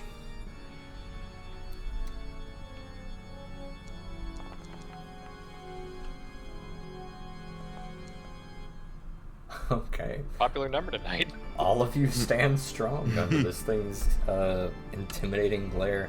Before Wesk, you are savaged with the chain again. Oh. Yeah, that doesn't feel good, trust me. Yeah, no. You each watch as Wesk bravely runs to your aid, Ziri, diving in front of this chain meant for you, but as he dives, it catches him mid-air. And in a horrifying moment, he just kind of is suspended in air before the chain gets ripped back out of him, and he flops to the ground, his gun and kukri clattering to the ground. Why does it immediately go to dying too every time? Because he died Say to a a crit. crit. Ah, no, that makes sense. Yeah, getting crit downed is real Yep. scary. Yep. Well, good news. You're right next to a priest. You can take that how you will. Speaking of, Cezanne. Yes. That's Oh. it. Hardness 10, you said? Hardness 10, yes. I see. Cezanne, you watch as one impales Wesk, and you turn just in time to see. Can I select Cezanne, please? I would like that, please. What is the giant Gideon token in your way? No, the Ziri, Wesk, and Cezanne token is in my way. Sazan, you take Yeah, it's a bit of a 3 clusterfuck points over of there. piercing damage as your shield shatters. It holds momentarily, slowing this thing's momentum, but just at the last second it explodes and you twist your body at the last second, but it still slices your neck painfully. You feel the hot droplets of your lifeblood beginning to pour out, and this thing looking very satisfied now. Gideon. This thing seemingly swelling with glee at seeing you larger. Looks down at you, and you watch as some of its flesh mends, healing itself. You have big guts. I will enjoy them. It is going to slice at you again, Gideon. As you are going to take 10 points of pierce damage.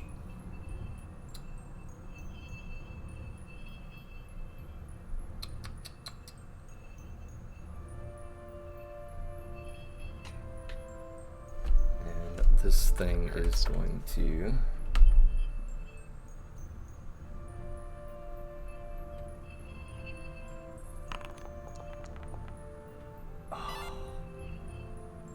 Damn, that sucks. Gideon, you watch as this thing wraps its chains around your sword arm, and you've thankfully practiced a lot for this, being from Wolfcrown, and deftly slip your blade out, catching it on its own chains before ripping it towards you. It kind of staggers towards you before this thing is going to, for its last action,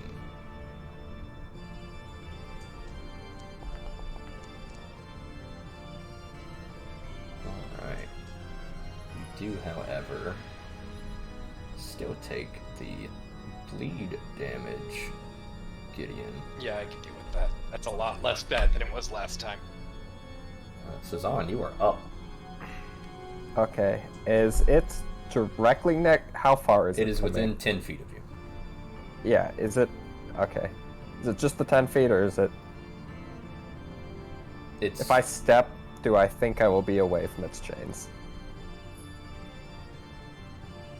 I would say no. We're kind of being a little vague with distances. I would say Yeah, for the that's- most part, no. That's why I was trying to figure out. You think? How do you private message that again? W/W? /W space and Okay. then the player name. Darn it, that is manipulate.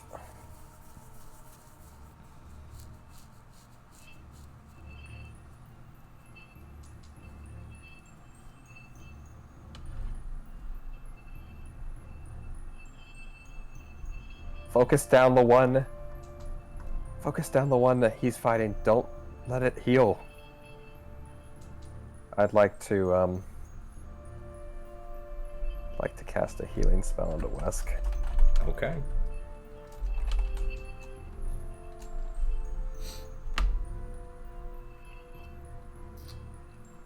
Wait, is Wesk in touch range? Yes. I would say you two are right beside each other, which is why this thing was able to... I'm using a Oh wait, never mind. Touch a somatic. Darn it. Yeah, I'll use a 2-action. Very well. I thought 1 action was verbal. Sazan, you take 26 points of pierce damage and 2d6 bleeding damage as another chain whips through you, impaling you through the stomach. Unfortunately, or fortunately, depending on how you want to look at it, it does not pierce through you and anchor you to the ground. It is instead, you feel it catch something, a bone possibly on the inside, and you are now at this thing's mercy.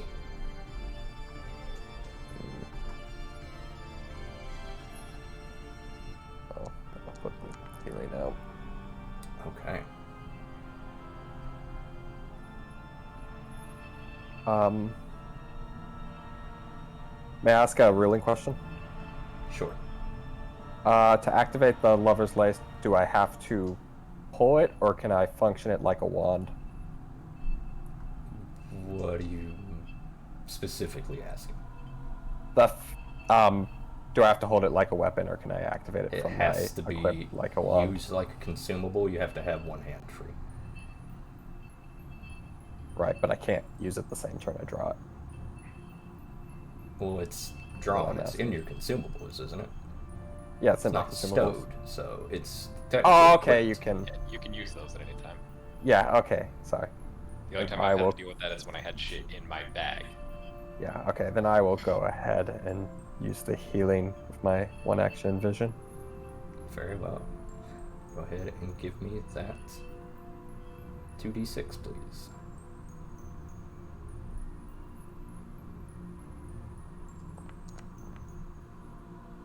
Okay, you are going to heal 7 points of hit points, and you are now keenly aware that Rin is moving. Rin is also unconscious.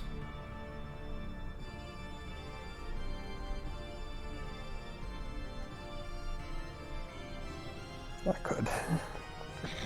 That's not good at all. Gideon. Stray, I think you need to run the persistent sorry. bleed damage on me. You're right. That was your persistent bleed damage. That's 4 points of damage. Go ahead and give me that recovery check, Sazan.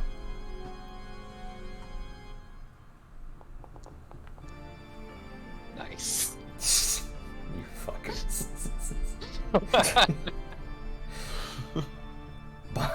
You grip the lover's lace and watch as the wound in your stomach, although it is still there, it has miraculously stopped bleeding, Sazan.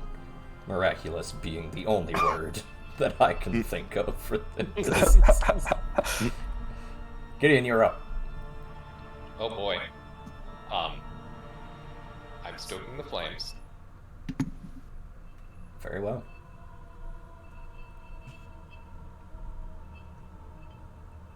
Oh, this thing also regenerated 10 hit points at the start of its turn.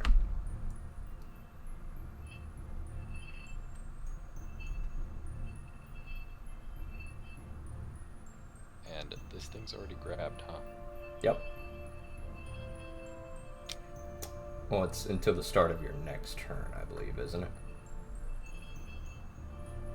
I think it's... Let's actually check. Because you used... Till the end of your next turn. Did you use Snagging Strike or Combat Grab? Combat grab. Very well. Yes. Because I pulled the athletics for my attack to escape, then combat grab. Then very well. It is indeed still grabbed and off guard. This is where I would have liked to shuffle my abilities around. Oh well. I guess we're just swinging then.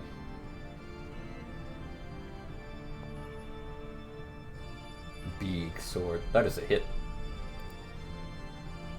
Gideon takes a moment to reach down and touch the blade, invoking its flaming magic that is still latent inside of it, dealing 18 points of damage. A large, great sword-sized blade now crashing into this thing's skin. It looks satisfied, unfortunately, Gideon. Good for it, we're doing it again. Very well. That is a hit.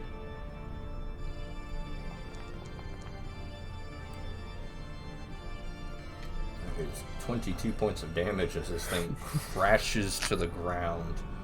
Unfortunately, a smile across its face. Gross. Well, that's one problem resolved. Now for the second problem. Zira, you are up.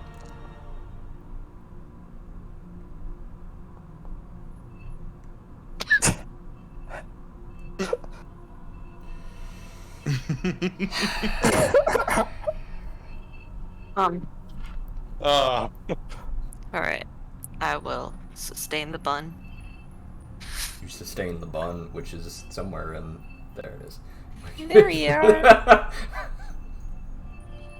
I gotta move some people around so I see some shit. Yeah. Cause there's like a shopkeep NPC right here. It's like you're fucking. But you're all on the bridge within 5 feet of this thing. Zero, you're about 10 feet away. Alright. Okay. We're gonna.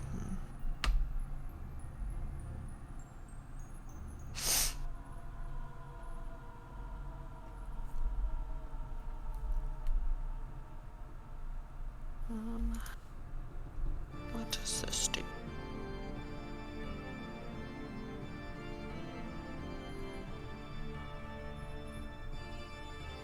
Okay.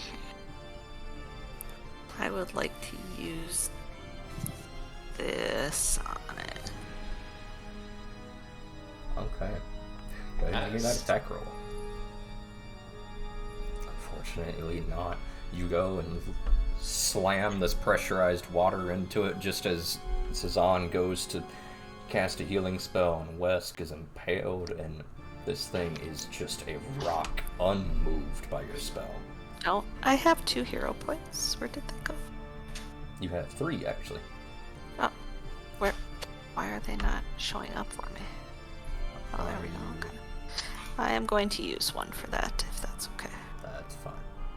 Alright, we'll try again. 1d10 plus.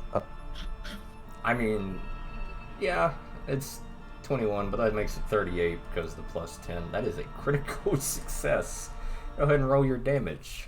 Take 66 bludgeoning damage. It's knocked back 10 How feet. do I make it?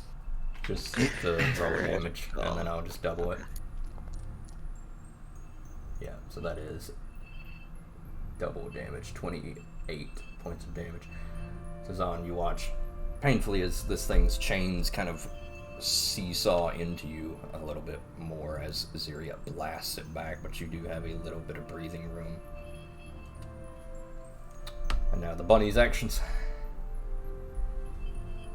Honey, go. The bunny is go. Honey. Okay.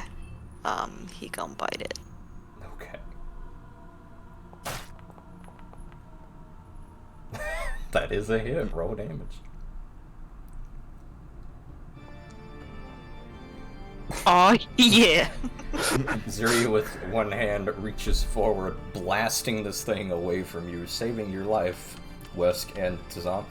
And with the other hand, sort of waves her hand towards the creature, beckoning her rabbit forward, and it nibbles the creature. I'm gonna yell to Cezanne and West to get away from it. Am I still grappled as it's pushed back? Hmm.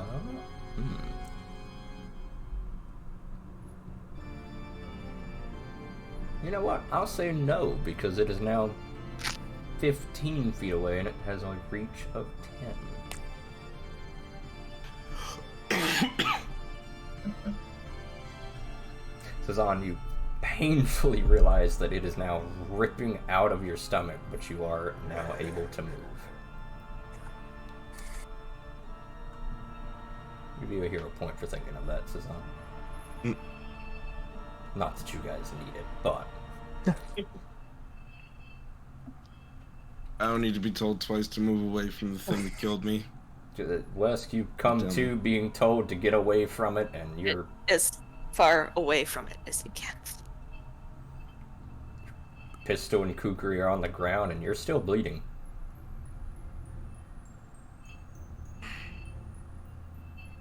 I'm going to reach out and grab the pistol. Okay, that's one action. I'm going to move away from it. Move in a 5 feet away from it. And then I'm going to aim and strike Okay, go for it. on the ground.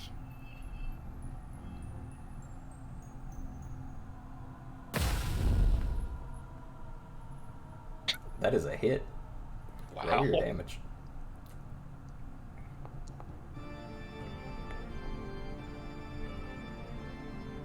That is 10 more points of pierce damage as West's slug slams into this thing. Just as it reaches up to sort of jerk the rabbit off of its shoulder where it's biting it, it catches it right under the armpit, the bullet piercing all the way through from this lower angle, exploding a nearby glass window of a house. It slowly turns to look at you, Wesk, somewhat happy that you're conscious again so that it can continue to torture you. One to grab, one to crawl, one to shoot. Mm-hmm. Alright. Give me that recovery check, Wesk. Yes! Every time. How many 25% chances can we hit tonight? Let's go. I would like to That's point fine. out that DM Stray was so resigned that he removed the persistent damage before the roll completed. And I was right, wasn't I?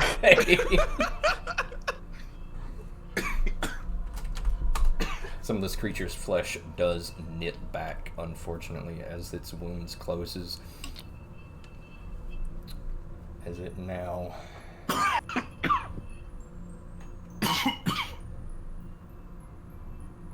that. Not that. Why did it do that?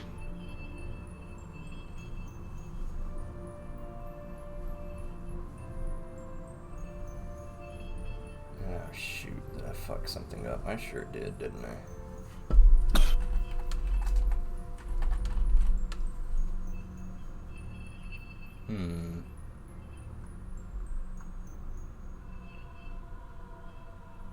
I sure did, didn't I? Damn.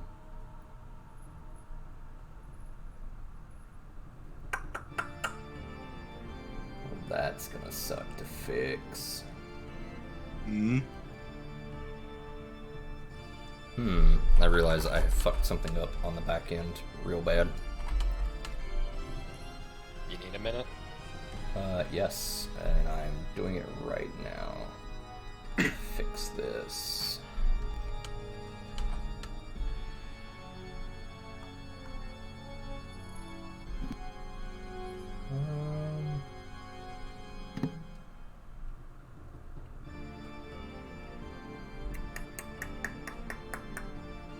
There it is. Okay.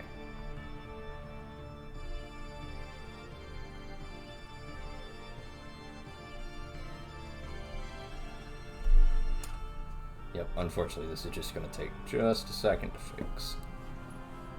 No problem. Because I did this wrong.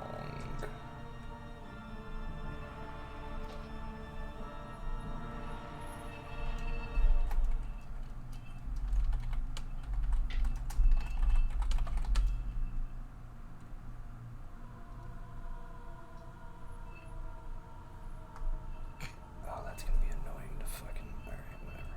Hold on then. We're going to have to... do this then. There's that, and there's that, and there's that.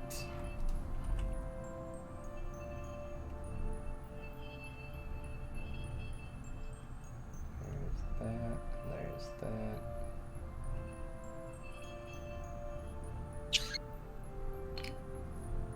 There's that.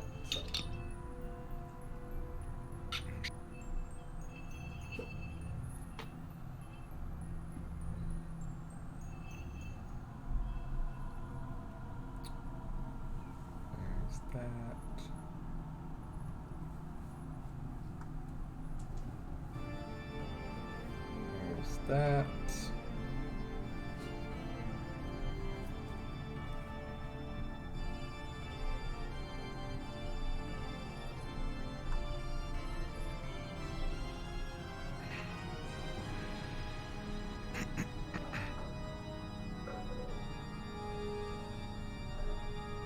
There's that, and then there's that, maybe. Yes, hopefully. Okay, yeah, that should be good enough. I'm glad I caught that before they got fucking weird.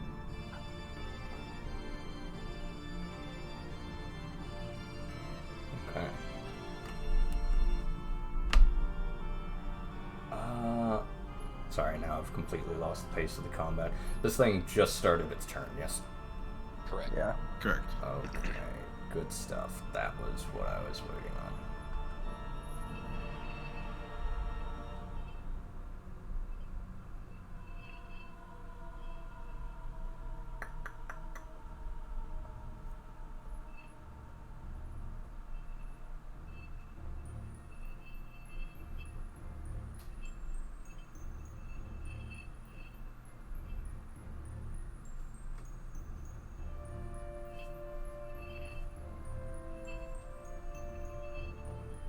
Oh boy. Good stuff. There is suddenly a very loud gunshot from out of the dark. So this thing takes 21 points of damage as you now see Esmeralda Venhems of the Crook's Nook come stalking out of the darkness holding a large rifle, blasting this thing directly square in the chest, staggering it backwards a bit.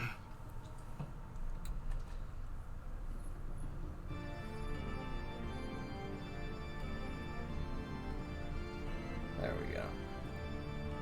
As Esmeralda enters the initiative. This thing begins to stalk back towards each of you, raising a chain pointing towards you, Ziri, as a familiar face comes screaming out of the darkness. Man in a black cloak, wielding a sword, slamming into this thing, knocking it back, and interposing himself between each of you. Before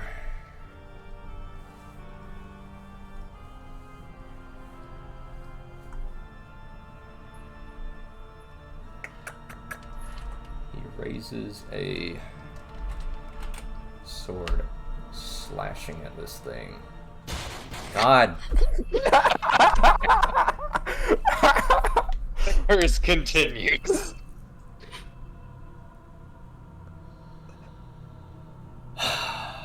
Man, I rolled pretty well and I didn't even do that.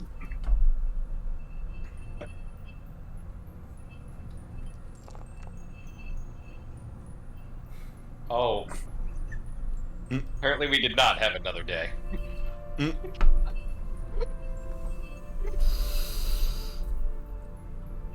So you watch as he interposes himself, batting some of the chains. Oh, God damn it! Every time. Well, to be fair, as long as that thing hit, it was getting delayed. Every time. I'm gonna step away. I need a 5 minute break.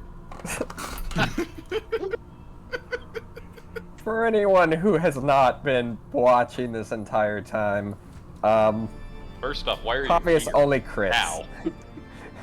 Second off, yes, Tavius has the Elendio curse. He never does anything except crit.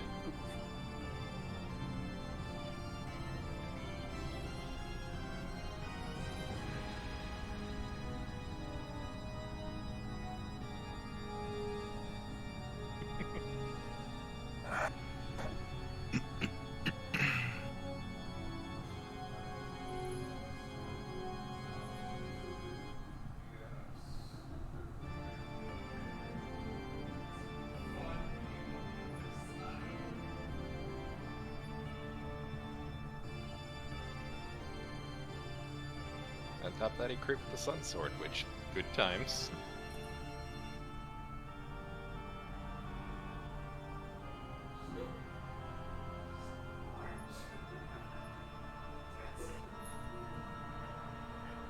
We did it. We officially did stray in.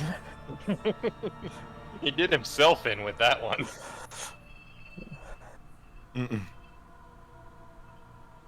Every time. He knew what he was doing when he gave him the Elendio last name. Yeah, and then he gave him the motherfucking Sun Sword. Glad I wasn't the only one who heard that.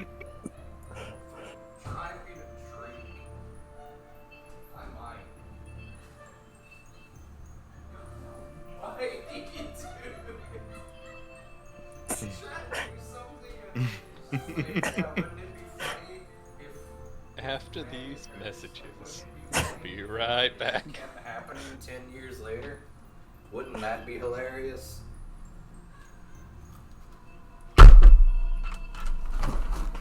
Sometimes the dice tell I'm stories. back. Welcome back to Sometimes the Dice Tell Stories.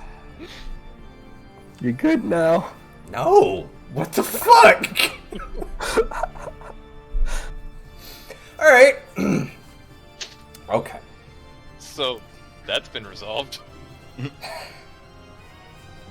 Each of you watches Tavius interposes himself between you, Ziri, and the chains, batting away the chains deftly before expertly catching this thing, ducking under one of its chains, and offering a fierce counterattack, bisecting this thing cleanly with this sword in hand. Sort of breathless, still covered in a heavy black cloak that obscures most of his face. However, you can kind of tell because Esmeralda is with him. He glances back to you, Ziri, before breathlessly kind of panting. You okay? I think so. That's good. I'm glad you guys are alright. Esmeralda stepping in now, quickly sort of pushing him on the shoulder away from each of you. He gives her a nod before the two of them dash off towards the fires, disappearing from sight.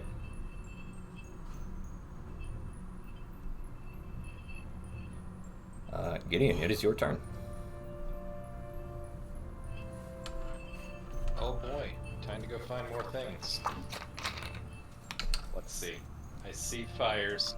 Wow, I can see really good from up here. Over by the Dawnflower Library. Oh, before they dash away, Ziri, he calls out, "Did you take my stuff?"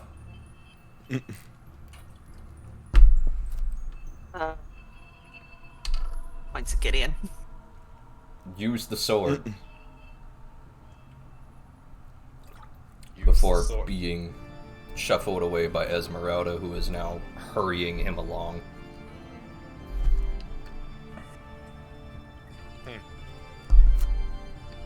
Alright. Gideon, are you just kind of stopping to help put out fires, or what are you doing? While I'm still enlarged, I'd rather run after them. You do not see them. I can't see them over there. Nope.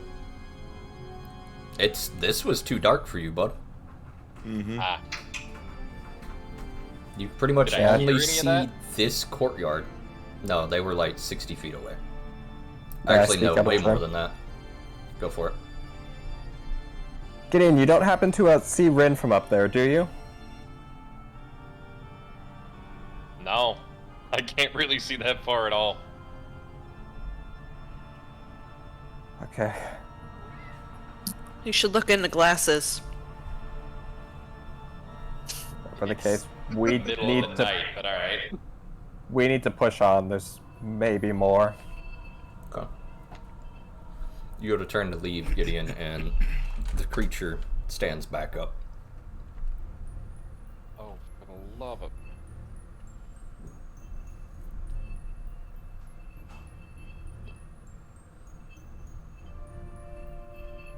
Anyone got any ideas? It's back. Oh yeah. I never got a churn. Oh yeah, alright. Your turn, Suzanne. So my understanding is good damage stops the thing's healing factor, at least temporarily, right? Good or holy, they are different damage types, but yes. Yeah. I'm aware. Good bolting it. Good Hoping that this bolting it. might keep it down. Go for it. Oh, let me target the correct. Oh, interesting. If you have the pop-up menu open, you can't change target.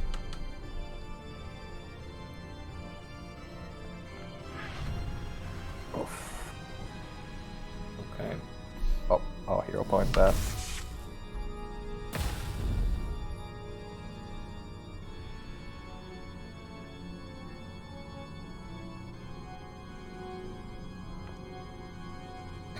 That is a critical hit. Go ahead and roll your damage.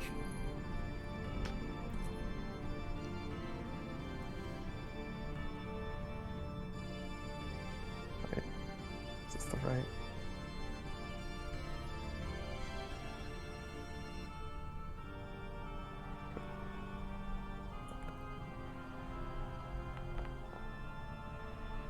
Okay, that is just enough to drop it. Actually, Very well. yeah, that's Exactly as much as exactly as much as it needs. That is combat off for now. What would each of you like to do? I'm gonna put down any fires on the roof while I'm up here, preferably with I was gonna say with my cloak, but I don't know if I actually have a cloak or if that's just, I would say you have a cape for fashion. It offers no mechanical benefits, but I would say you have it on hand. perfect. Yeah, I'll use that to put out some roof fires, Okay. especially while it's large enough. Very well. Ziri, what are you doing? I will also help put out the fires. Very well. Ziri and Gideon begin to make work putting out Actually, some fires. I'm gonna point out that maybe we should go over to the Dawnflower and try to put the fire out there. Okay. Do notice, or one of us should. I will. I'll go there. Okay. Ziri begins to just run for the Dawnflower Library. Sorry, there might be Tell more us where you're still. going. Siri is unafraid, I guess. Ziri darts off into the dark of the night, hoping to save the Dawnflower Library. Wes, what are you doing? As you pick Wes- yourself oh. up off the floor and retrieve all your gear. Yeah.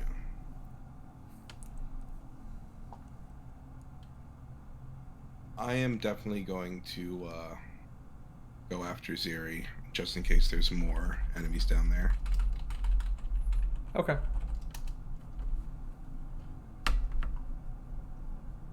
As I see him running past, can I say something to him?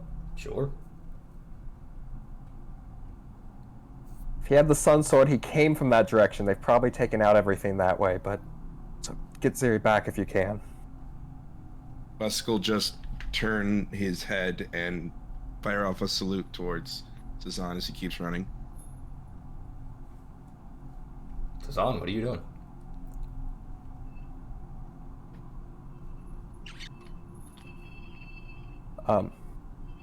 Gideon, they both ran off towards the Dawnflower. I got the sense through the Lover's Lace that Rin may be unconscious and moving, so I don't exactly like what that can entail. Alright, so we head that way then. Yeah, I don't like going without them, but we're running low on time at this point. Okay.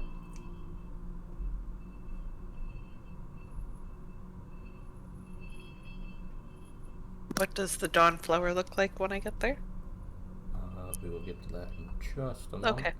As you run through the streets, you catch Esmeralda and Tavius leaving Otari.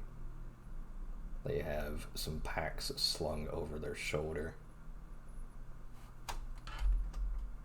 And the two of them are just booking it in the dark. You can barely make out the shapes. They're probably a good 10 minutes ahead of you, leaving town to the north.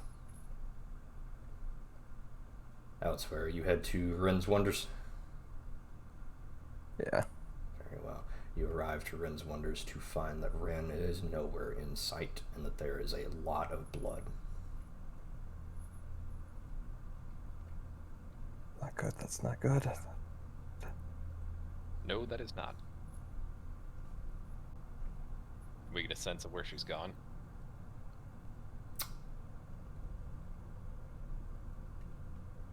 I would let you track her with survival, but it would take time. Oh, sorry. No, Cezanne, you, because of the status, you know the target's direction, distance, and any I conditions didn't know if affecting he it. still knew that. Yeah. I was about to ask, is there any chance that she went off in the same direction as them? You What essentially direction? know how she's doing until you rest. It is once per long rest. She is currently being carted away this direction. She is currently suffering from the following effects. She is unconscious. She is immobilized. And she is prone and off That had been guard. the case, we probably wouldn't have stopped off over here. We probably would have just run straight up from the street. Very well. She is being carted into the fog fin, and you are kind of following Cezanne's spidey sense out of town. Ziri West, you arrive in the Dawnflower Library to discover that it is currently ablaze right now. Some of the acolytes are doing their best to put out the fires, while Vandy is doing her best to calm everybody down, but it is clear that she is quite incensed as well. The first thing you notice is that the fires are not as bad as the rest of town, surprisingly. They're mostly contained to the front of the library. As you dart in, what are the two of you doing?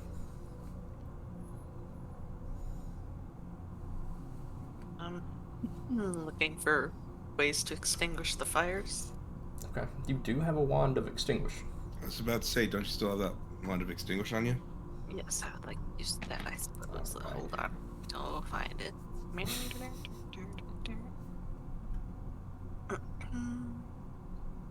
There it is. Very nice. The wand of quench. Sorry. I would say, since we're not in combat, we don't need the super mechanical benefit. You begin to just create this cloud of water that sort of just soaks all of the books that are now on fire. You realize the damage you're doing to the books, but it's slightly better than being on fire, you think to yourself, as you begin to just kind of wander around, sort of conducting this super saturated air. It doesn't seem like these fires are magical at all, so they are instantly extinguished. Before long, Ziri is putting out these fires.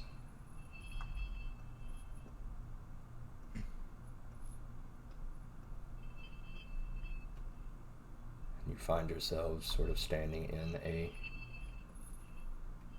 grieving crowd as people begin to sort of pick through and check on people and sort of try to clean up the mess. Vandy is giving instructions, but it's clear she's breathing quickly, sort of not having a good time of it.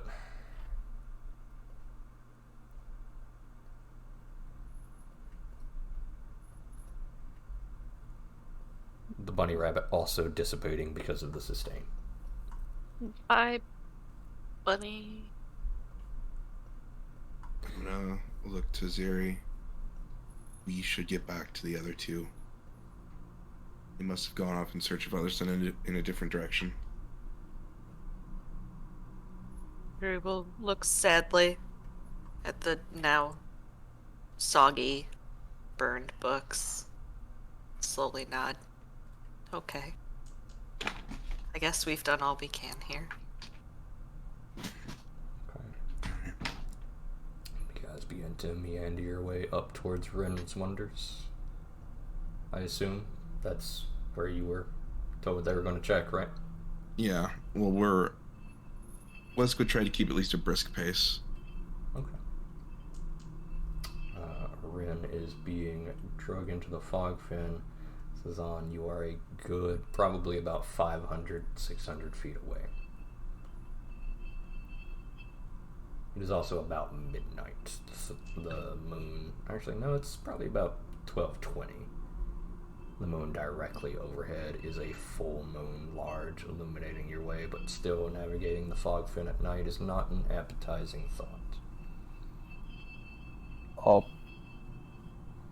between gasps of breath, relay what I hear or what I know to Gideon.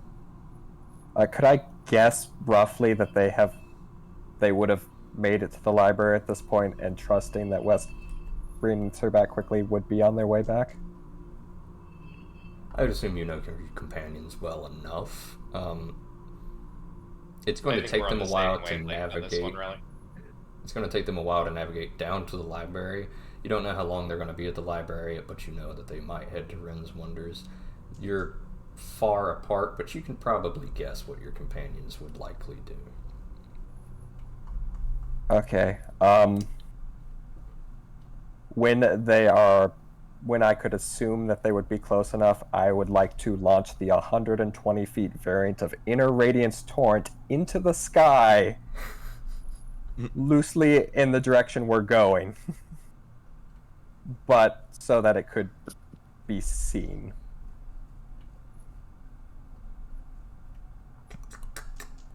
This one, yes. Yes. Right. 3 actions, 6 seconds, that's 120 feet. And it's a spell of light. Very well. Zazan, you do have to stop for a moment to focus on this incantation. Precious. Can I stop him and make him keep going? I've got a better way to do this. Do you resist, Zazan? I mean, if I think he knows what I'm doing, I'll stop.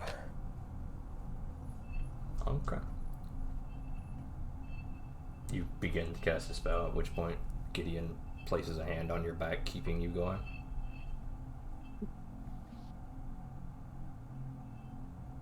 In its place, I'll go ahead and pull out a deck of cards.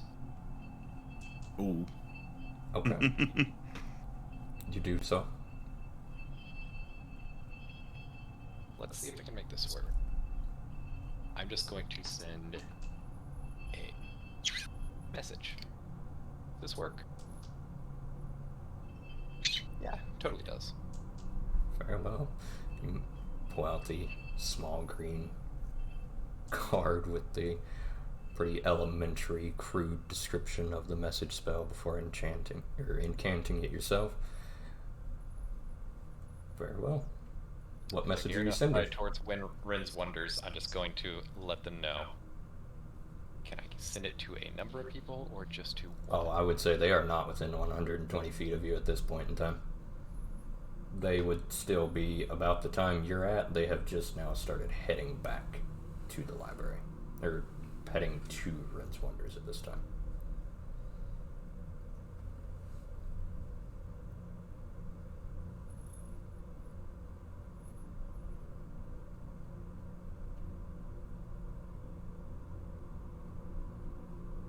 Lame.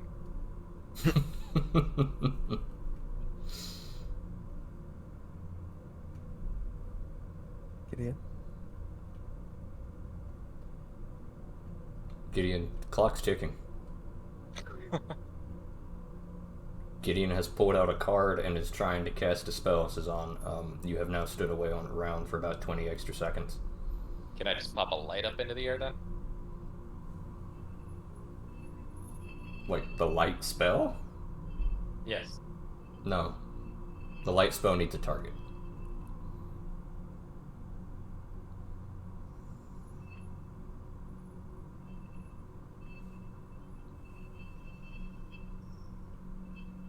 Just, you're running out of time here. It's probably just easiest to let Sazan do what he was going to do.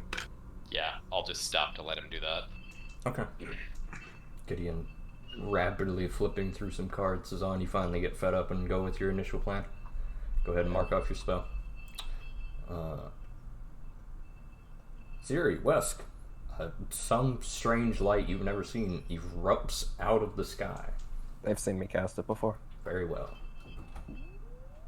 Sazan's Inner Radiance Torrent spell. Actually, they might not have because there was magical darkness. You're right. I apologize. How's this then? Some light arcs out from the front of Otari and sort of streaks towards the gauntlet. Ziri, I will allow you to give me an Arcana check or an Occult check or Religion check.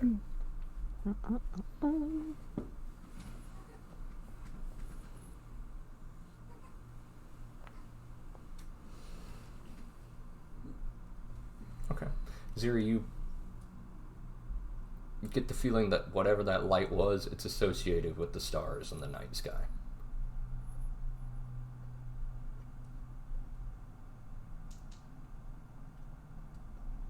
This on. She'll kind of glance towards Wesk in a question. I would assume so, Cezanne or Rin.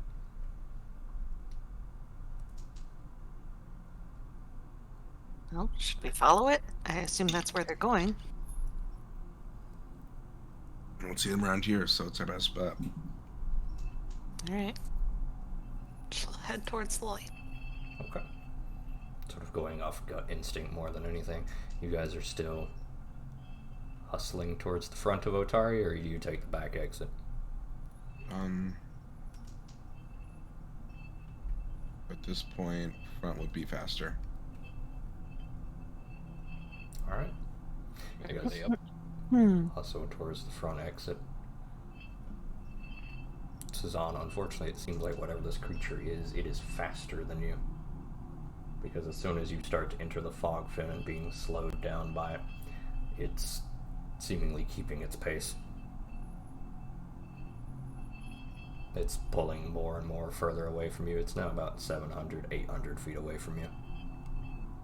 Going through the muddy, sticky, sloppy fog fin in the middle of the night. Not great. Whatever it is, it's moving through this easily. Ah, that's great. I What do don't, we know that most through swamps easily? don't assume. I don't assume you know any faster way. The path? I Yeah. actually don't know if the path would be faster. I think this is more of a straight route, but you're running through swamp.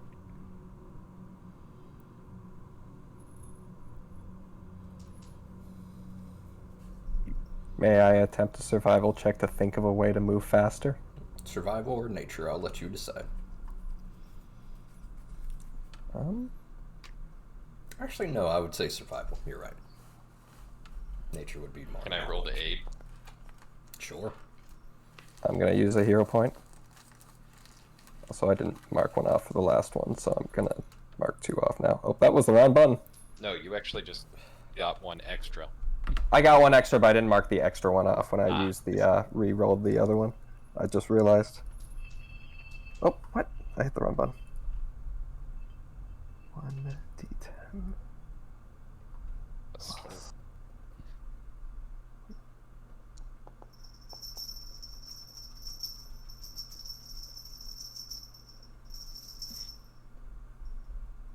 Okay.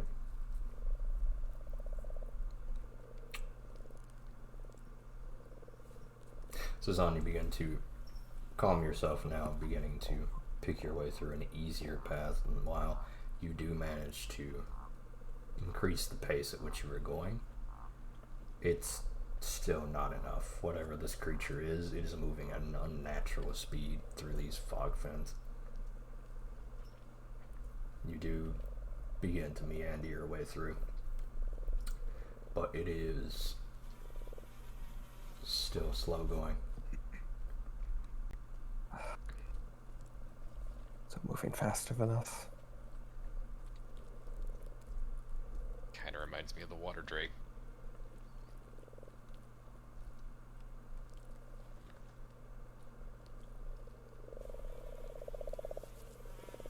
Alright. Ziri, Wesk, you have now arrived at the Otari entrance.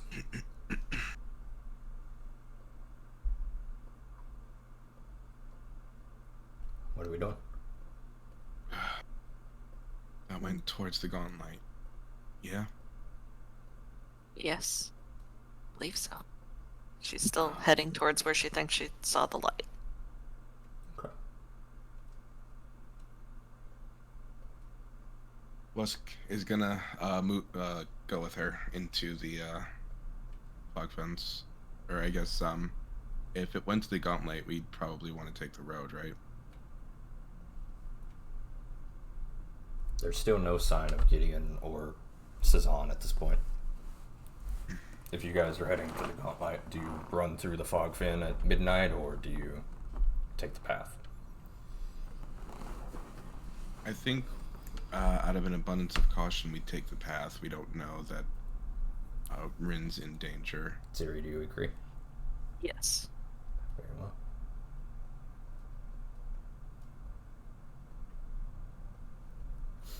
Cezanne, whatever this creature is, has probably reached the gauntlet by now because Rin is now about 900 to 1,000 feet away.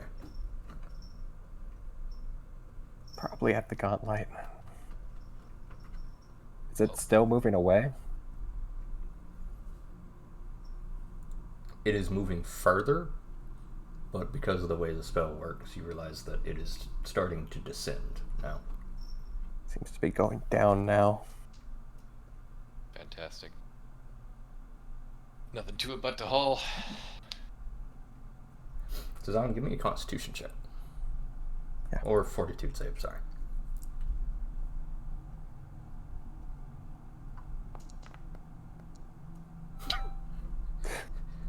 Man, all that training paid off. Cezanne, you are thankful that Gideon has made you run harder than this for the past 4 days, as you are now spurred on by righteous, indignant fury, and you are emerging into, cresting the hill that leads down to the gauntlet now.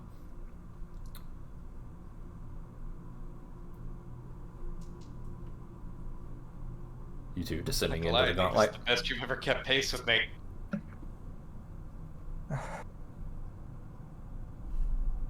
I'll just be glad today's the day I'm performing. Are you asking if we're descending into the gauntlet? Yep. Yep. Yeah. All right. I do think I want to stop on the way.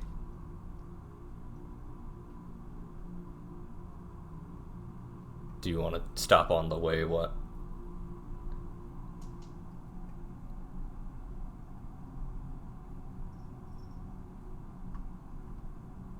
This time I will leave a sigil. Can I just put a down arrow on the front of the gauntlet? Where specifically would you put this sigil? So, the front area of the gauntlet has the basic doorway we always go through. The I would just guardhouse, put it- yes.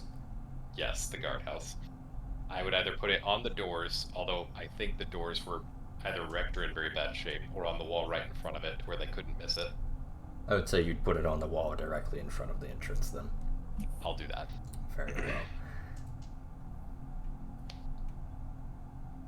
Alright. It's been about 20 minutes of running now, Ziri, Wesk, as you still no sign of your allies. And you realize you will be coming up on the gauntlet very soon.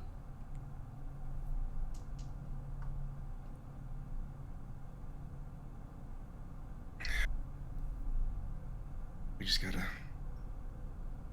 keep moving. Something brought them over here. Where's Chuck? Chuck is Where'd he go? near the gauntlet. It would take another quick little 3 to 5 minute detour to trek through the woods and get him, or you can start mentally willing him to the gauntlet now. I would like to mentally will him towards the gauntlet. Very well. You two see a large creature lumbering out of the dark. Wesk, you are immediately cautious, but Ziri stops you before pointing out that it is Chuck come to assist you. Oh. Okay. The bear is on the move.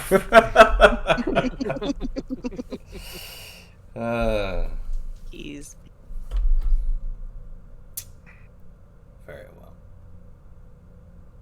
We are going to stop there for the night, however.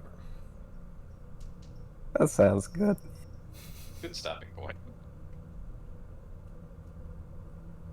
We are going to stop there. Any last thoughts? Any last actions?